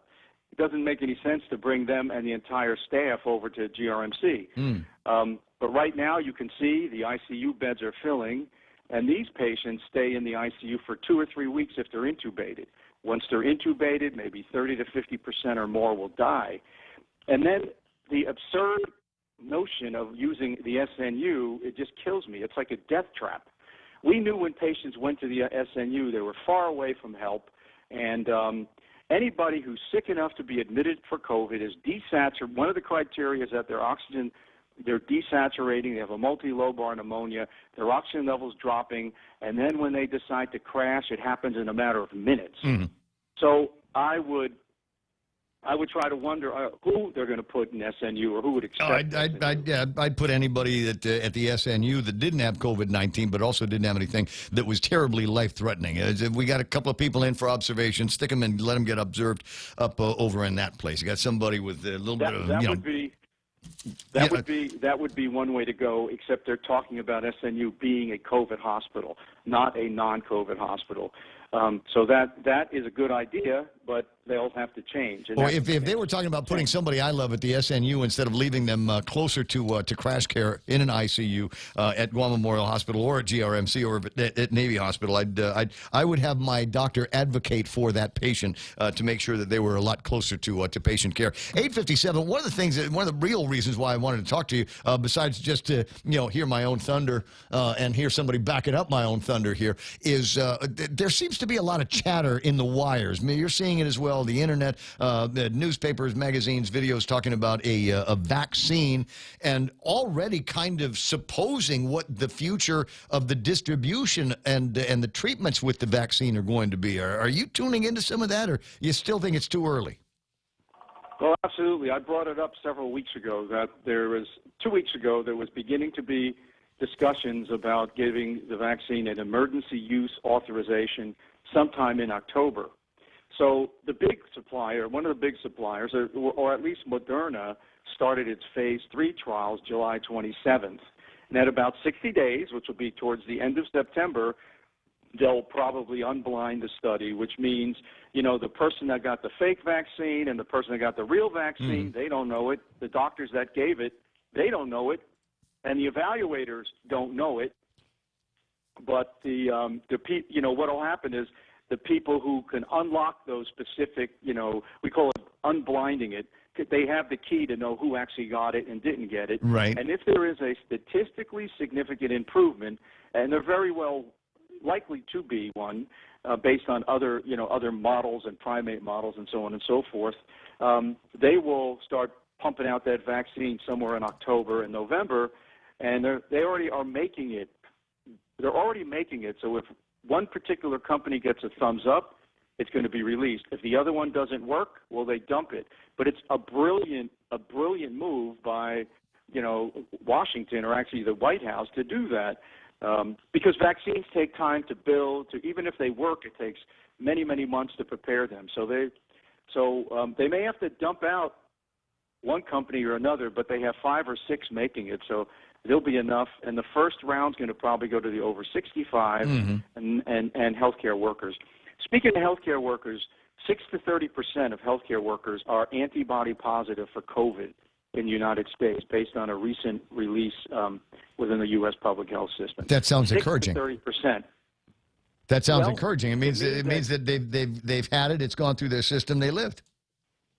Right, and many of them didn't even have symptoms. So you can't blame GMH.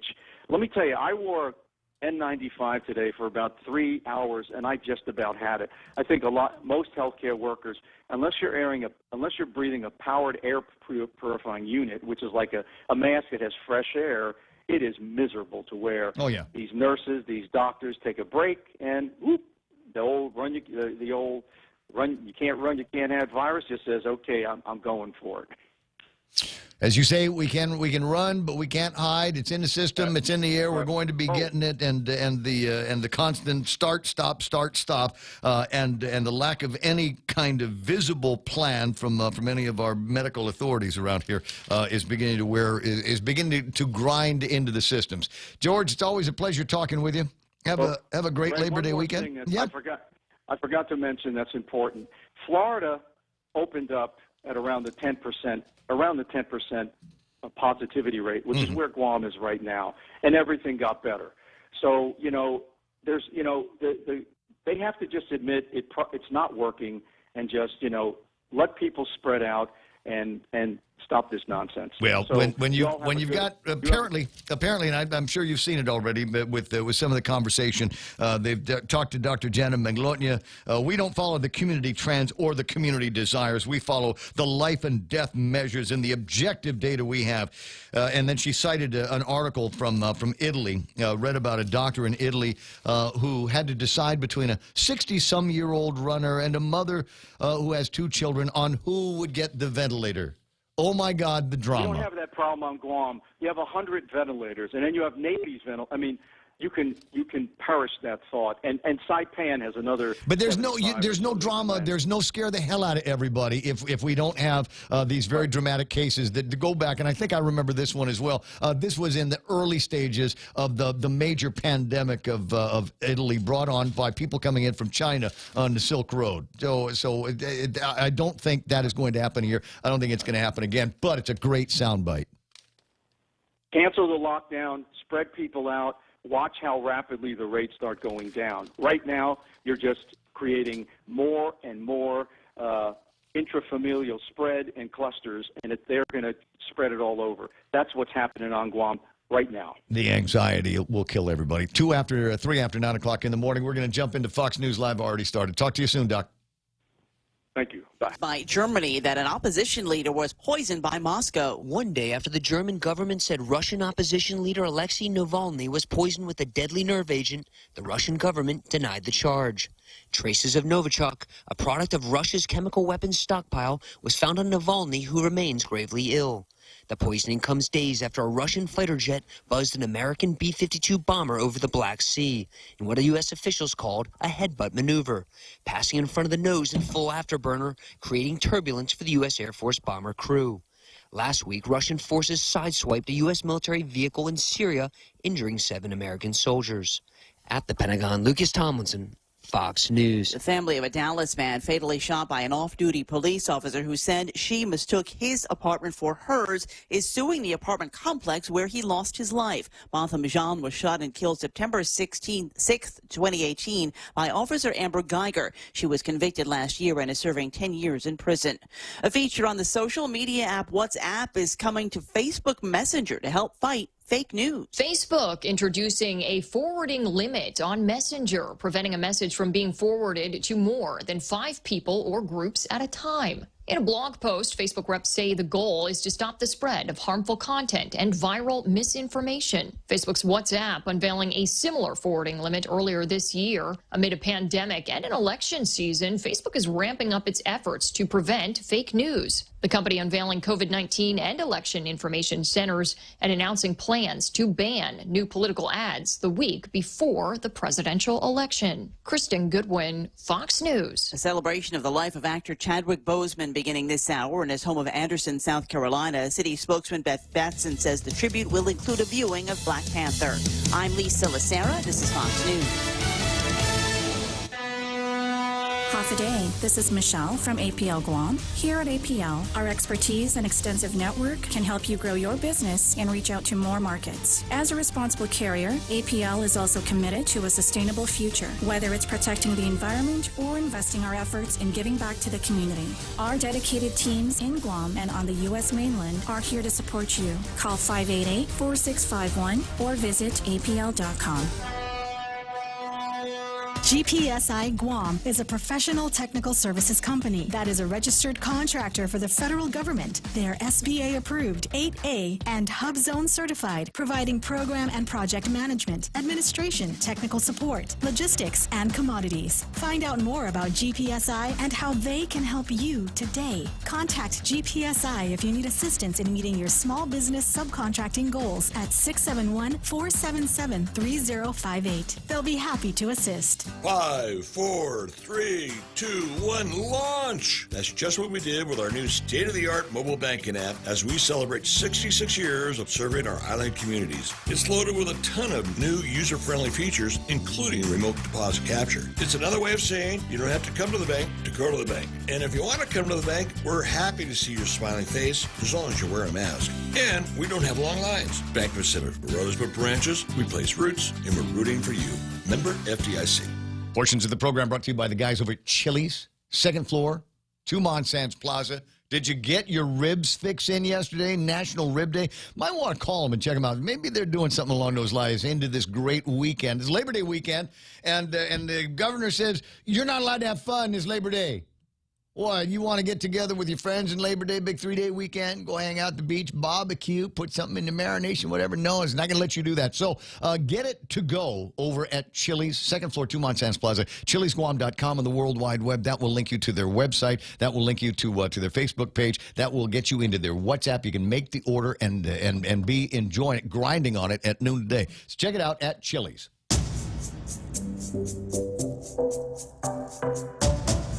Any speaker, anytime. The Ray Gibson Show.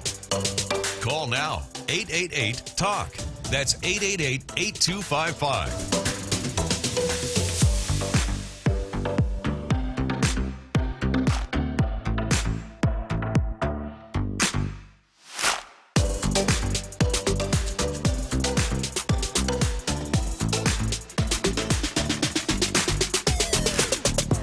Is this what I'm looking for? Yes, it is. It is. Oh, my God.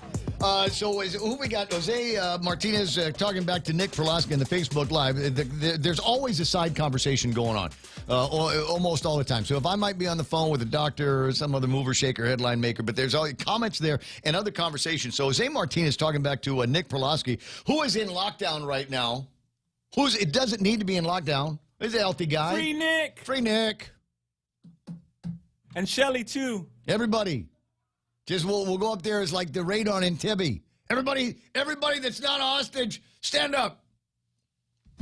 And whoever's standing, just shoot him. But anyway, so he writes to Nick, yes, because of a fear of retaliation. Look what happened to Dr. Nguyen. Look what happened to Dr. Akimoto. Granted, he used salty, very salty language, that we fell for the distraction of another gender card played, and he was forced to make an apology is just infuriating. But it's the way it is. Look, that's how you know. That's how you know who you can and can't talk bad about based on the retaliation. So Dr. Nguyen was made to eat his word. Made to eat his word. Dr. Akimoto made to eat his words. I don't know that I would have said the same thing, but we'd have used the same language, but I think I would have, and I did. So I have said the same thing. And I mentioned this before. In my mind, it's like all of a sudden I didn't know. I never heard of Jenna until Vince described her.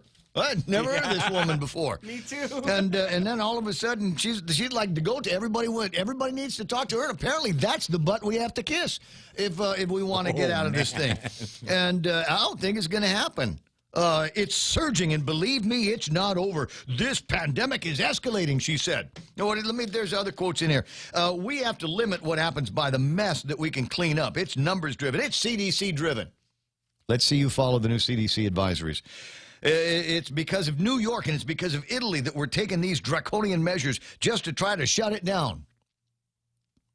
We're going to try to shut it down. I thought everybody wants to try to figure out how we live with it so we don't have to shut everything down, shut her up in the house. We are plateaued, she says, but now we're surging, and that's with these measures in place. Oh, my God, I can't wash my hands anymore. Should I wear 2 masks when I'm at the Payless? If you want to pass out. This is what we would do. So you remember there's a game. I'm trying to remember which game it is. What the best version of the description that I could give you without you going, oh my God. That's not even a good game. All right, but Prince of Thieves. No, Prince of Persia. Oh, yeah. You know the game? Yeah, I do. It's one of my favorite games of all time. I bought game systems so I could play the next version of Prince of Persia. And at the end of every, you've got all these different levels that you get to. You get to the end of the level, and then you've got to beat the boss of the level. And it's very difficult to beat the boss. This is the new boss. You thought 2 weeks ago you thought it was the Physicians Advisory Group. That was the boss. You're going, Lou probably wants to open things up at the Physicians Advisory Group. They're a bunch of egghead doctors. They said, no, lockdown. And then we found out the Physicians Advisory Group was the one that said, we don't need to go all the way back to PCOR 1. We can go to PCOR 2 with a couple of restrictions. Sounded reasonable. But no. Somebody else got to the governor and gave her other advice. And now I think I know who it is. This is the boss that we got to beat in order to get out of this level, guys. And I don't know what to do because there's 2 things that happen. Number one, you say the wrong things in the radio, and they'll come after you. They will send the Women's Chamber of Commerce and the useless Guam Women's Bureau. All of a sudden, they were trying to be relevant, right? Did you see that? Yep. We can be relevant here. Somebody said something bad about a woman. We can be relevant. I thought the idea was you didn't have to worry about that kind of crap anymore. But anyway, so there's your gender card that got played. You want another one? Do you want another one? Last week, just a couple of days ago, you remember the Republicans came out with the Who's Lou Listening To and all of that. They came out with a Republican press release. It was critical of the administration and their handling of the COVID and whatever. Just a few hours ago, nearly every Republican senator voted to pass a budget funded in part by a business privilege tax at 5%. It takes a great deal of gall to criticize a tax increase and then vote to spend it. Former Governor Eddie Calvo's Republican Party took a surplus and turned it into a deficit, blah, blah, blah, blah, blah. But it's not that. I would be okay with that. It's this part here at the end of it. As a woman, Governor Leon Guerrero knows you don't always get credit for cleaning up after others. Oh, my God. Whoa. Oh, my God. Mom, thanks, Mom. I didn't, I left the bed like that. Thank you so much for making the bed, Mom. Thanks for folding my clothes. Thanks for ironing my shirt for church, Mom. Oh, my God. Cleaning up other people's mess and not getting credit for it. Really? Come on, guys. I thought we were peak gender. But apparently we're not. And if you get too close to the truth, if you get too critical, you can expect to be smacked with a gender card, you male chauvinist pig. It was a setup. You know what the ultimate irony is going to be? Is I'll bet you the person that wrote that GOP press release, it's Katie, a woman. I've heard more and louder criticism of our woman-led Adeloop from other women than I have from the guys. You know why? Because the guys don't need to get smacked with the gender card. 914-888-8255-888-TALK. What do you want to talk about here? Oh, I got Dr. Ron McNitch. Stop rolling your eyes. I love talking to Dr. Ron McNitch. My favorite is when we disagree, but my other favorite is when we agree. I don't know where it's going to be today. But I did want to go back over that ground. There was an article that you wrote for the Guam Daily Post, and the headline, I'm going to botch the headline, was something about it's unlikely, but it's possible there could actually be a Republican majority in the 36th Guam legislature, in which case there will not be hashtag dumbest bunch ever. Good morning, Doc. Hey, Happy Day, Ray. Happy Day, Guam. So give me your explanation on why it's a long outside shot that the Republicans might find a majority in the 36th Guam legislature. Oh, great. Sure. First, Ray, get your socks off the floor. That's the first thing I wanted to say. Mom! But anyway, Mom, I tried to get it in the hamper. I missed. Well, no, okay, well, no. You started it. So, what is the value of the gender card in 2020 in the midst of a pandemic?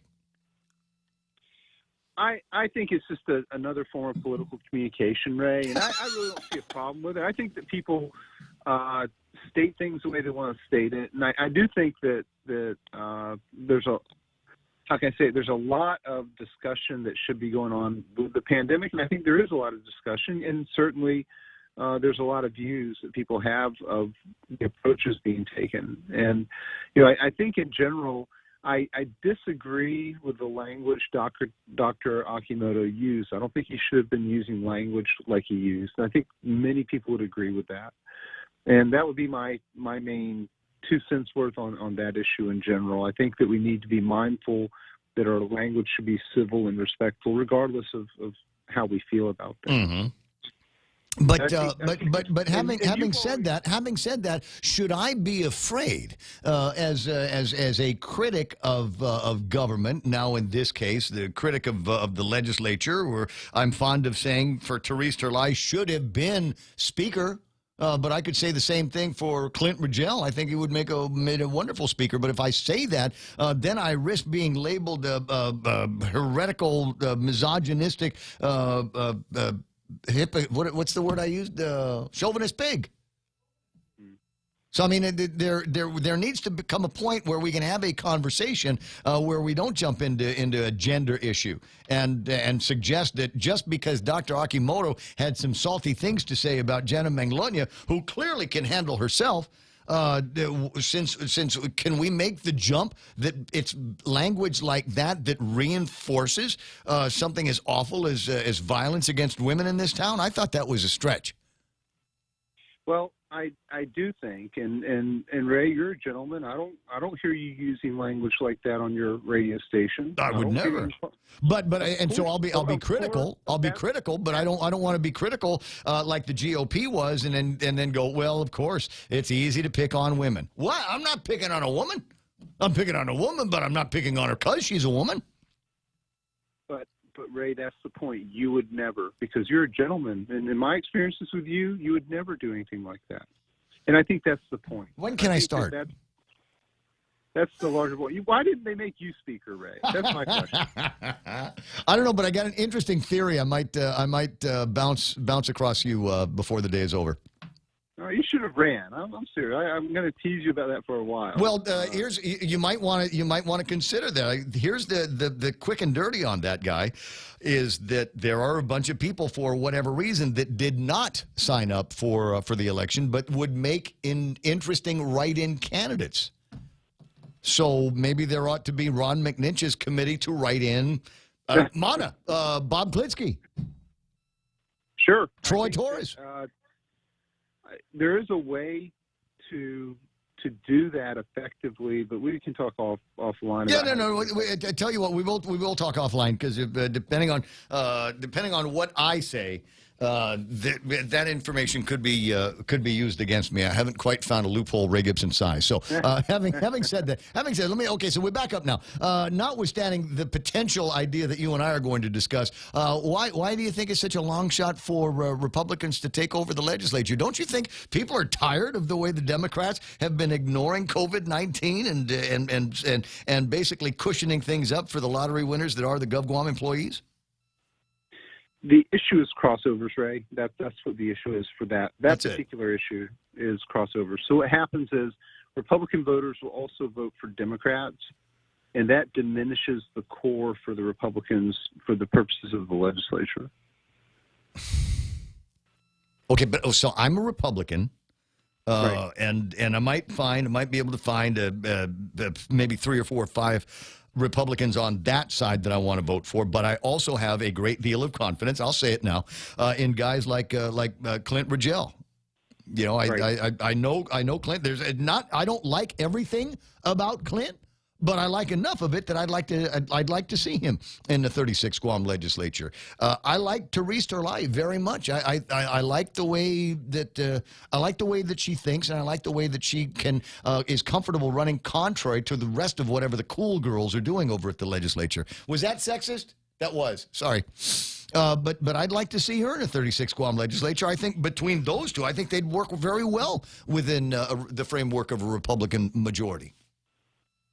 And so for the Republicans really to effectively attain a majority in this environment, the Republicans as a group would have to pick 8 or 9 good candidates and only vote for those in order to concentrate their votes to have a sufficient number to really attain the majority. Tricky. Yeah, it's not an easy thing to do. It has been done, and it's been done effectively, but it's hard to do. And I have to say that there's a tradition, and I can show you how to track it. It's not hard to track at all. There are certain candidates that love for people to vote for them. That is, mark the ballot only for them and no one else. Yeah. And there's a number of candidates we can readily identify that do that election to election. And so it's already a practice with probably in groups of probably less than 1,000, maybe 600, 700, 800, 900. But what that does is it totally reduces the numbers across the board for everybody else. And it hurts the Democrats and it hurts Republicans. Yeah. Well, I can see the mathematics behind that, and I kind of get it. But we'll talk about it some more because we've got another 60 days or so to go between here and the general. There is a new PAC that started yesterday. Gene, I see. I'll get to you in a second. There's a new PAC that got started in the last few days with the various chambers and contractors and business associations here on Guam. Do you believe that they will have any impact at all after they've vetted out their favorite 13 or 14 or 15 people? Actually, as they put it, they only need 8. I'd like to get more. Do you think that they might have an impact in this election if they're done if they do it right? Well, at least to date, PACs are not effective on Guam to date. Now, if they do it differently and if they do it more effectively, they might be able to make some impact. The real issue is when the community splits on the on the views of some of these groups. And so what happens is these groups will pick out who they like and then act as if they're the authority, and then people resent the authority and then actually vote against the group opposite rather direction. than for the group. So you got to be careful. You got to be careful what your message is, and then repeat that vetted message, I suppose. And have you done any research? I'll ask you two research questions. What's happening in the delegate race? Do you have any numbers on that? Do you have any numbers on acceptance or rejections of the administration's handling of COVID-19? I haven't done anything on COVID-19 because our semester started a little bit late. Boring! Boring! Come on. Okay, that's your assignment. But, yeah, I will. I'll do it probably this coming week. I have a research class I meet with today, and we'll probably do something on it. And then the other thing, as far as the best way to study what's going on right now, let's say for a delegate. Let's talk delegate alone. You look at the longitudinal splits of the general election for delegate, and usually the delegate for Republican will get 38 to 42%. So we can reliably assume that Will Castro is going to get about 40%. If that's true, that means there's 60 points remaining for the two Democrats. So that means that Will's going to go to the runoff, all else equal. That's the basic math for that. It's not even hard math. Yeah. And then the real battle's between Robert Underwood and Mike Nicholas. And the neat thing about that battle is there's a huge amount of data for Robert Underwood to show how strong he is running for delegate because he ran at least 5 times. So there's a lot of good, strong, consistent data to show just how well positioned he is. And so if that follows through, and I don't see anything really affecting those numbers at all. I don't see anything affecting his strengths where he had strengths or other items. So he should be well positioned also, but we'll see. That's where the real race is for delegate, is between Mike and Robert. Oh, obviously, but I can see what you're saying in that three-way scenario. Only one delegate from the Democratic side, one nominee from the Democratic side is going to advance. So that will be fun to watch. 9:24. Listen, I got to run. I'll talk to you later. Hey, thanks, Ray. And Ray, you're always a gentleman on the air, and let's encourage everyone to be civil and be gentlemen. Stop calling people witches with a capital B, as my mom used to say. I'll talk to you later, bud. You have a fantastic day. 9:25 in the morning. I was going to say, Doug, I got to go. I got to pretty your face on line, too. Good morning, Gina. How you doing? I'm doing good, Ray. Thank you. It's always a pleasure to hear from you. It's even a bigger pleasure to see you. I hope I have a chance to carry a sign with you sometime soon. Very soon, I hope. Well, there's the gang. The gang is working on it. I'll send you a DM and let you know where our staff meeting is going to be at noon. Okay. Well, I hope it's somewhere where it's going to make more of an impact. You know, I understand the venue that was selected last time, but I think it needs to be more in the Capitol, where I am objecting to what's going on, and that's where I want to show my presence. But I'm calling about Dr. Akimoto. Mm-hmm. I've been hearing all this criticism about him, and as a female, here's what I have to say about this subject. When I leave my home, my sex, my sexual orientation stays at home. When I show up to work, I'm there to do my job, and I think we all need to handle it that way. I can appreciate Dr. Melonia's comments in terms of that's what she believes, but I don't think public servants and every elected official and everybody that works for the government of Guam, they are servants of the public. And I didn't hire, you know, when I vote for somebody or they're in a position at the government, they're not there to be my mother or my father and tell me what to do. Mm-hmm. I'm mature enough to make my own decisions about what I want to do. I work for a living. I support myself, and I don't need another parent. My mom passed away. I don't need somebody else to take over that position. So I didn't appreciate those comments that came out. It might be her position, but she is working for the public, and you don't get to have positions like that as a public official. Not in my opinion. And you know, I may have said it more politely, but I think we're missing the message. And then that's the point that needs to get underscored. It's not the language that Vince used. It was colorful. I wouldn't have used that language, but he needed to say what he said. Exactly. And yes, he could have said it nicely, but who cares? I don't care. Look, echoing the sentiments, and I've heard language used about Jenna. I've heard language used about the governor by women that would make the comments that were made by Vince Akimoto pale in comparison. Women can be mean about each other, and what Vince said that was nothing in comparison to what I've heard other women say about the handling of this mess. And I, you know what, he was angry, and rightly so. He might have been able to say it better so that we could focus more on the message. But put that aside, people. Listen to what he said. It made a lot of sense. We're really, I think generally what's happening is what's coming out and the way the government's handling this is just scaring everybody to the point where people aren't living anymore.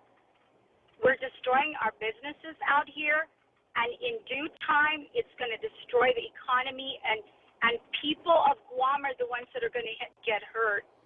You know, it's just Gina, they're already hurting. They're already hurting. Think about people in your industry, and I don't want to out anybody, but she's in an industry where you can't do this by remote control. You cannot virtually have an arrangement with a customer.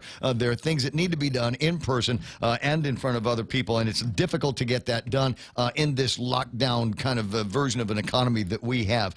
There's countless people. There are people that I know that are looking at their businesses, trying to think, at which point is it now cheaper for me to go dark than it is to stay in business? And then there's going to be the big business on Guam. And I have to make a point. One of the things that Jana said in I think it's a PDN.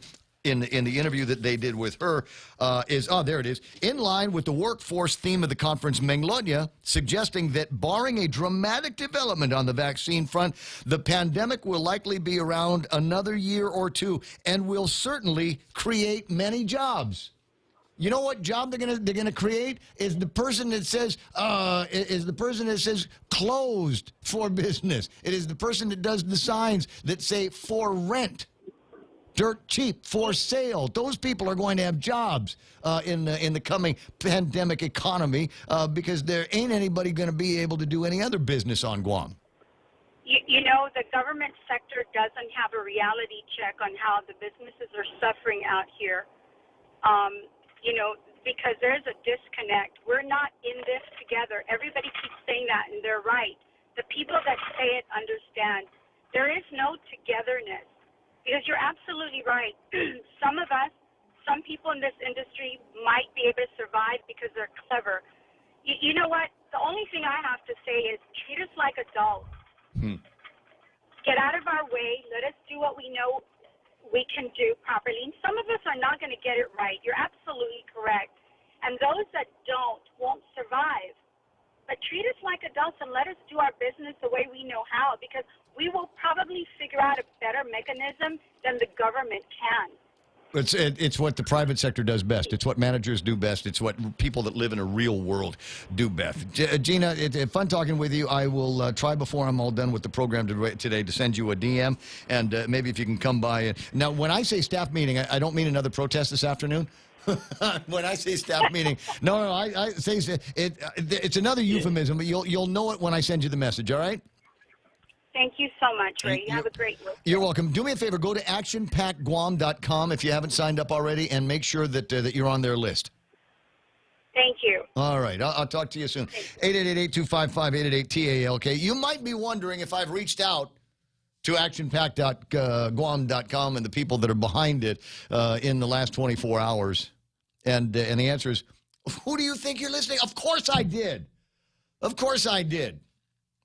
So what I want to do here, and you might have, this will come from a conversation that started yesterday afternoon. Somebody sent me a link to KUAM where apparently they asked some questions of former Governor Carl T.C. Gutierrez. And his comments, and I understand them, were to the protesters of which I am one of them. I'll never hide from that. I'll admit to that all day long. To the protesters, stand down. And to the business community, stand down. Now, my friend Jay, who I'll have on in a second, says, man, that's your guy. That's your boy. That's your gudzu. Your governor's telling you to stand down, Ray. How's that feel? And I said, well, I'm annoyed. But again, I looked at the tape. And if you look at the governor, never mind what he's saying. Turn the sound down, but look at his eyes. He's tapping it out. Tick, tick, tick, tick, tick, tick, tick, tick, tick. That's Morse code. That's Morse code. That's SOS. He's sending, with his eyes, he's sending out an SOS, guys. This is what he was told to say. This is the same way that Dr. Nguyen came out with his "what I meant to say" speech. And if you watch that, if you watch the same thing, what did I tell you earlier this morning? In case you missed it, if you watch Dr. Nguyen in the follow-up interview where he starts talking about that. Oh, you can't because it was on the radio. But anyway, if you could see him, you would be able to see his eyes, and he's tapping it out. But it's not SOS. It's save me. Save me. That's what he was saying. And I'm sure that if Akimoto did something on video, you'd probably see the same thing. But that's what's going on. Do I believe that those are the governor's thoughts? I'd need to be convinced. He would have to look me in the eye and say, Ray, stop protesting. And maybe I would if it was coming from Gov. But I think it was coming from the big bosses in the game. JSC, I get to the air in a second. It's time to shift to targeted restrictions and away from island-wide lockdowns. That's the editorial in today's Guam Daily Post. Now that we've adhered to the latest lockdown, which is set to expire this weekend, we hope the governor will consider making the bold decision to move away from the broad strokes lockdown strategy to one that targets specific areas of COVID-19 spread. Normally, I prefer them to be a little bit stronger. We hope the governor does this. We're the Fifth Estate, guys. We tell the elected representatives what to do. We are not their subjects. So we don't hope the governor does anything. It should be something along the lines as the governor needs to consider making the bold decision. The governor needs to do this. Not we hope. We're not, this is not time for namby-pamby. But the things that I want to point out in here is, let me see, they use the word irrational in the editorial. Search for it. It'll be fun. It'll be like one of those things on the internet where you've got all these little M's and you got to find the A, right? Is like one of those, right? So where in the editorial is the word irrational? It could be used in practically every paragraph. Shutting down entire businesses or categories of business would be irrational at this point. Yet, here we are. GovGuam did not shut down GMH because it simply is an irrational action and puts even more lives at risk. It's true. They have people over at the hospital. There's 30-some-odd people at the hospital, doctors, nurses, and the guy whose job is to hang the sign that says out of order over the elevators. No, you're laughing. You're going, come on, Ray. It's true, though. That's a hard job. You know how many floors the guy's got to hang that in front of every single elevator? What is it? So what is it, like 4 times what, 6? How many floors in there? 4s, 12? I don't know. He's got a bunch of signs he's got to hang. And he's probably got a 2-man job. It's got to be somebody to hold the ladder and then him. Anyway, so you got that. Isn't a rational action. Rational, irrational. There should be no more arbitrary. There's another word, arbitrary. Look it up. Capricious. Will-o'-the-wisp. We're on a lark. Oh, man. There should be no more arbitrary lockdowns island-wide because we need to move towards stabilizing our post-COVID lives. Yes, there will be some COVID-positive numbers for some time, but no, we are no longer going to react as if doomsday has arrived. Wait a second. Are you sure?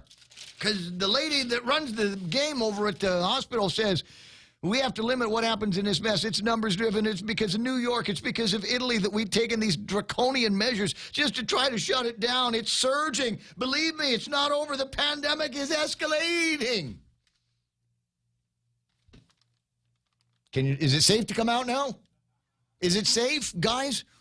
You know, I get like this when it gets late in the program. I'm just about out of coffee. I've had as much as I can possibly handle right now.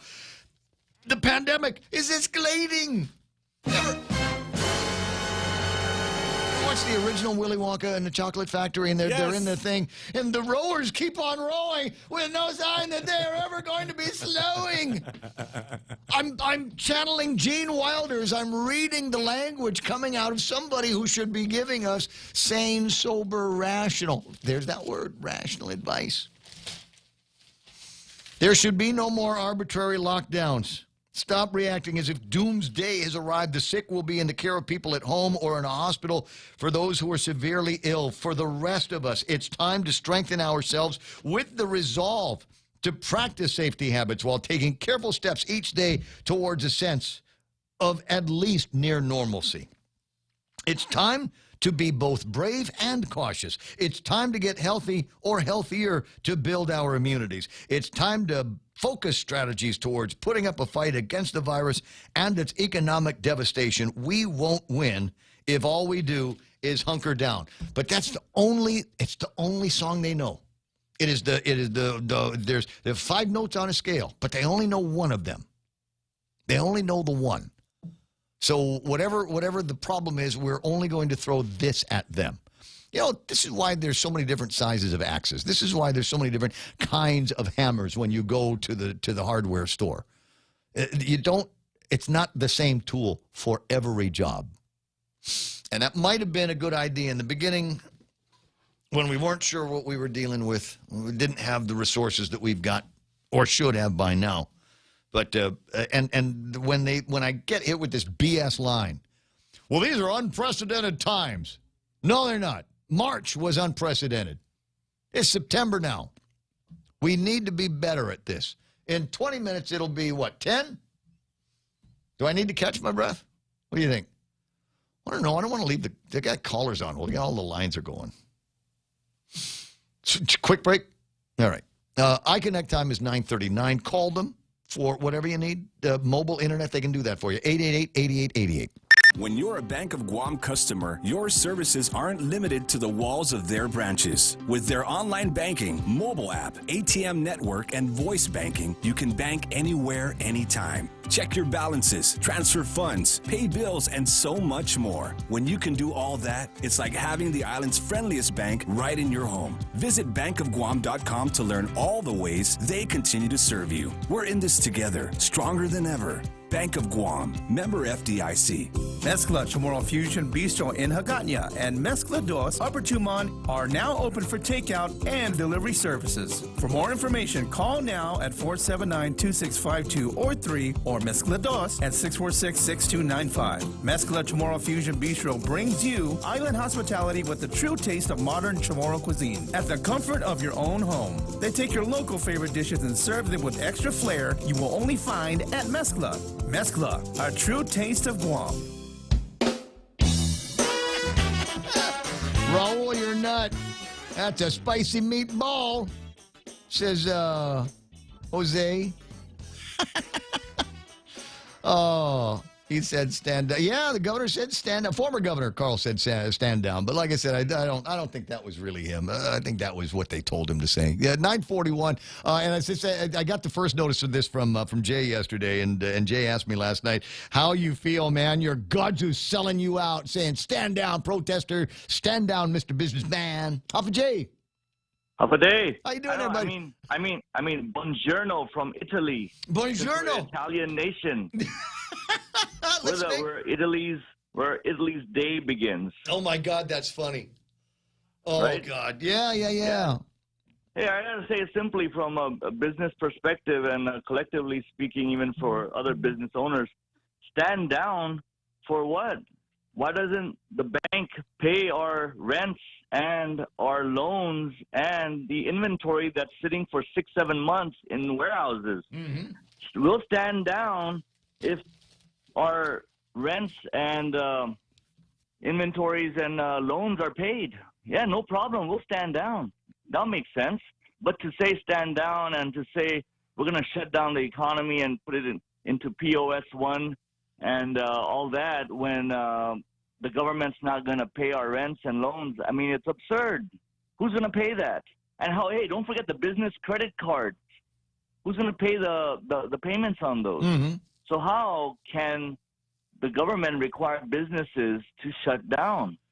So when you here's have, like, Jay. This so much is to pay for. this is the problem, and we have gotten ourselves into the habit of electing people that have no real world experience whatsoever. None. Right. None. Take a look at the 35th Guam legislature. With a couple of exceptions, you see anybody in there that's ever run a business? I mean, even unsuccessfully run a business. That's what I'll give you some credit. I had this thing. It was right after high school. It was going to be this, whatever. But it didn't make it. I had to close a year later. Even somebody that ran an unsuccessful business could do better on making decisions that affect business people and their employees. 37,000 of them at last count. Try to help them out, but we got people in there. Their whole experience was youth congress, stupid. Maybe had a job someplace in school, but they're academians, eggheads, and they live in a world of theory about how government is supposed to work with people. I don't hold out any hope for any common sense or even logical ideas coming from this group, because their whole world is the government of Guam and public administration, as opposed to what the requirements are for everybody else in this town that has to eat. Right. So, bottom line, we got to open up. Simple. Put everything else aside. Practice the precautionary measures, and those who want to extreme practice can stay home. There's a part. Shopping centers and everything. Jay, there's a part where I almost have to agree with him. I'm not ignorant of the numbers. 1,560 COVID positive cases, and the number of people that are hospitalized right now. There's 45 people taking up hospital beds. 9 of them are on ventilators right now in the ICU, and I get it. Our healthcare systems are stressed, but that ain't my fault. We did everything that we were supposed to be doing during the 4 or 5 months leading up to here. And again, and I keep waiting for somebody to answer this question: how much money have we spent at Guam Memorial Hospital? We have millions of dollars, access to dough, real money from the federal government of the United States. And so how did we miss spending that to take care of Guam Memorial Hospital? So now that we do have 45 people in the hospital, that we're not all freaking out because we're running out of beds and ventilators and nurses. What? Yeah, exactly. Who was supposed to? You had one job. You had one job. We did our share. You and your restaurants, you and your coffee places had thermometers, you had hand sanitizers. All your people behind the counter were wearing their mask. You wearing your mask when you go in there. Customers wearing their mask. Everybody did what we were told to do. You said, while we were doing this, you are going to do this for our hospital and our healthcare system. Where? Right. And they didn't. So now they have the temerity to blame us because they had the chance to expand and increase their capacity, but they never did, and they've had decades to do it, not just now. I know. They're just not prepared. I know it. I just again, the words rational. Don't even slow down around there. Arbitrary. Yeah. What other arbitrary thing that we can do? So what are they spending their time on now? Is browbeating the legislature over what possibly is the worst of both budgetary scenarios? Is that right. That's what they're doing? Carlo Branch is spending all of his creative writing time coming up with these budget basics to rub the legislature's nose in what was always going to be a crap carpet anyway.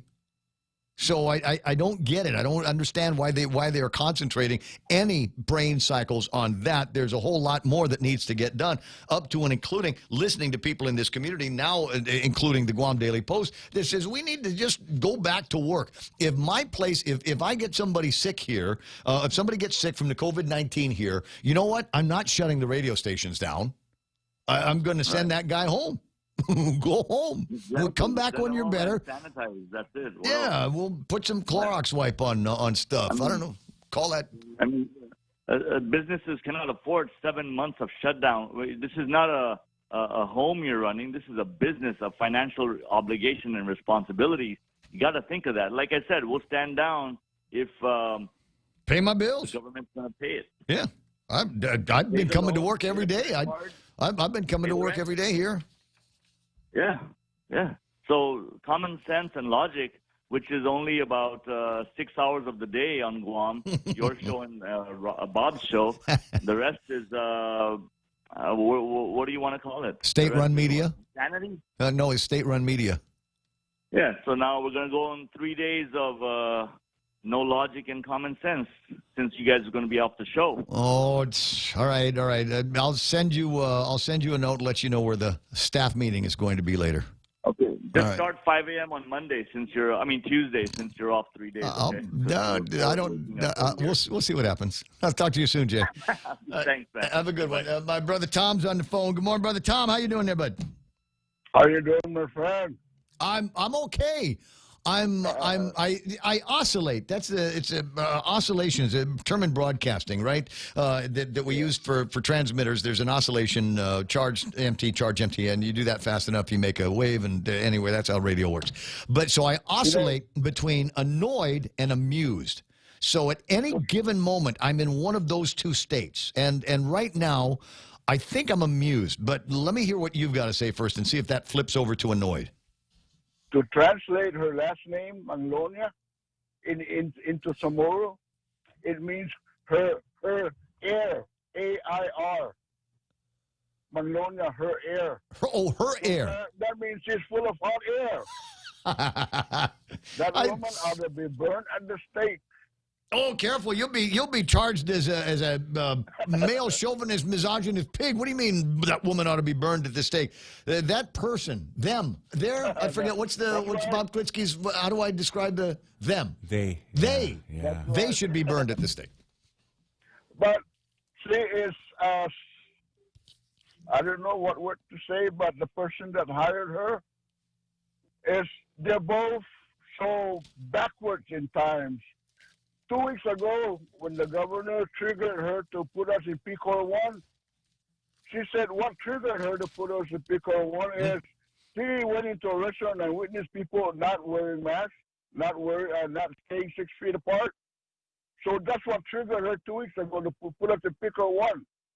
So my message to the governor is, punish that business that is not following your executive order, yes. Governor. Especially if you see it. Punish everybody by closing everybody down. You know, there's a thing in business. You see it every once in a while. You get somebody that's stealing food out of the company refrigerator. And the milquetoast manager will put up a sign that says, please don't steal other people's food from the refrigerator. Okay, that's not the way I would do it. The way I would do it, because I'm straight ahead, I'll deal with the problem situation, is I'm going to put a sandwich in the refrigerator. And then after it's stolen, I'm going to put up a note on the refrigerator that says, that was not tuna, it was cat food. And that will handle the problem. Or if you've got somebody that just can't understand the instructions, rather than send out a memo that says, to all concerned, all con, you deal with the person that you got in front of you that can't handle the instructions and say, look, idiot. And my boss once asked me, they said, did you call Real Joe an idiot? I said, no, I asked him if he was an idiot. But that's the point here, is rather than deal with the one person in front of you that you know is the problem, we got to punish all of the employees. That's the way, and it's poor leadership when you do something like that. And I always, but before I write something that says all con on it, I really labor over whether I want to send something out to an all con. The all con that I was going to send today, but I got beat to the punch, was going to be all con. Enjoy your Labor Day. Take the day off. Go and get a sunburn out there. Go and defy one of Lou's rules. Go and knock yourself out. And if you get coronavirus, we got sick leave for you, and everybody's got insurance, right? I go out every day to the post office and to the stores, and I see every day, everybody that I see, they're wearing their mask. Everybody's wearing their mask. I wear mine, and we keep 6 feet away from everybody else. Yep.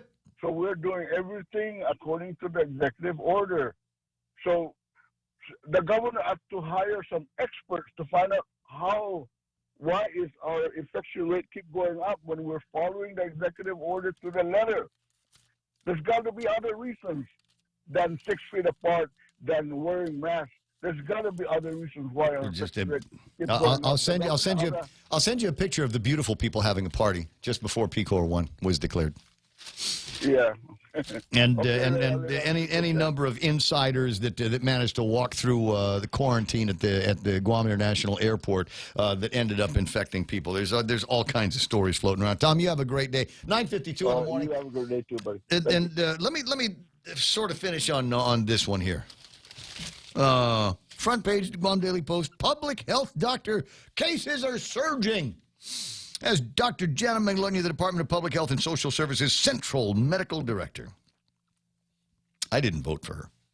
Me neither. Did she get confirmed by the I legislature? don't even, like you said, I didn't even know who the heck this lady was until Vince described her on the... Yeah. I got it. But I didn't vote for her. Who made her the queen of my life? Who the hell said, you know what? Ray Gibson, sometimes he's been seen driving in his car by himself without his mask. The man needs to be punished. Everybody locked down because Ray Gibson is driving around. Ray Gibson was seen drinking beer with Jimmy Moylan and Bobby Shringy without a mask. Shut Guam down. Don't. People say that it's halting the economy. It's not halting the economy. It's putting it in reverse. It's putting the economy in reverse. Each day that this goes by, I imagine a Guam in 2021, and I was originally fond of saying Guam in 2021 with the very delicate state of our economy is going to feel like Guam in 1971, and that was after the first lockdown. But now that we've got another one that is expected to go into a third week, those of you in the bar business might as well just stop. You might as well just call the wholesaler, get your money back for whatever the materials are, throw one big last staff party for your place, and then just mail the license back. It's 5 weeks now, right? Today would make 5 weeks that the bars have been shut down to customers. Anybody playing in a band? I don't know where you're getting your gigs from. So I don't know how that's going to be happening. My point is that they are shoving this economy into reverse. Every day that passes by, a business is making a decision to turn off the lights for good. It was an article that I threatened to read to you yesterday about restaurants. That's it. Randy Landis wants to know where in Guam can I buy a Blame Ray T-shirt. I'll take the blame. I'm guilty. I'm patient 1, patient 0. I'm the one I partied in Manila on New Year's Eve. Yep, came in with a booger. I remember. Yes, I did. I was sick. Yeah. I was sick. And then I got sick right after you. Why are you coming to work sick? Because it's what I do. It's what for those real men antibodies. do is when we get sick, we man our way through it. It took a couple of Tylenols for 3 or 4 days, and I was good to go. Anyway. I was going to tell you about a story. I started talking about this yesterday, and this actually comes from San Francisco, California. And believe it or not, there are people actually in San Francisco, California that know what they're talking about. Did you see what they voted on? Oral, it is now legal to have oral and anal sex. Sorry if you're squeamish about that kind of language on the radio, with willing minors. In California. Yep.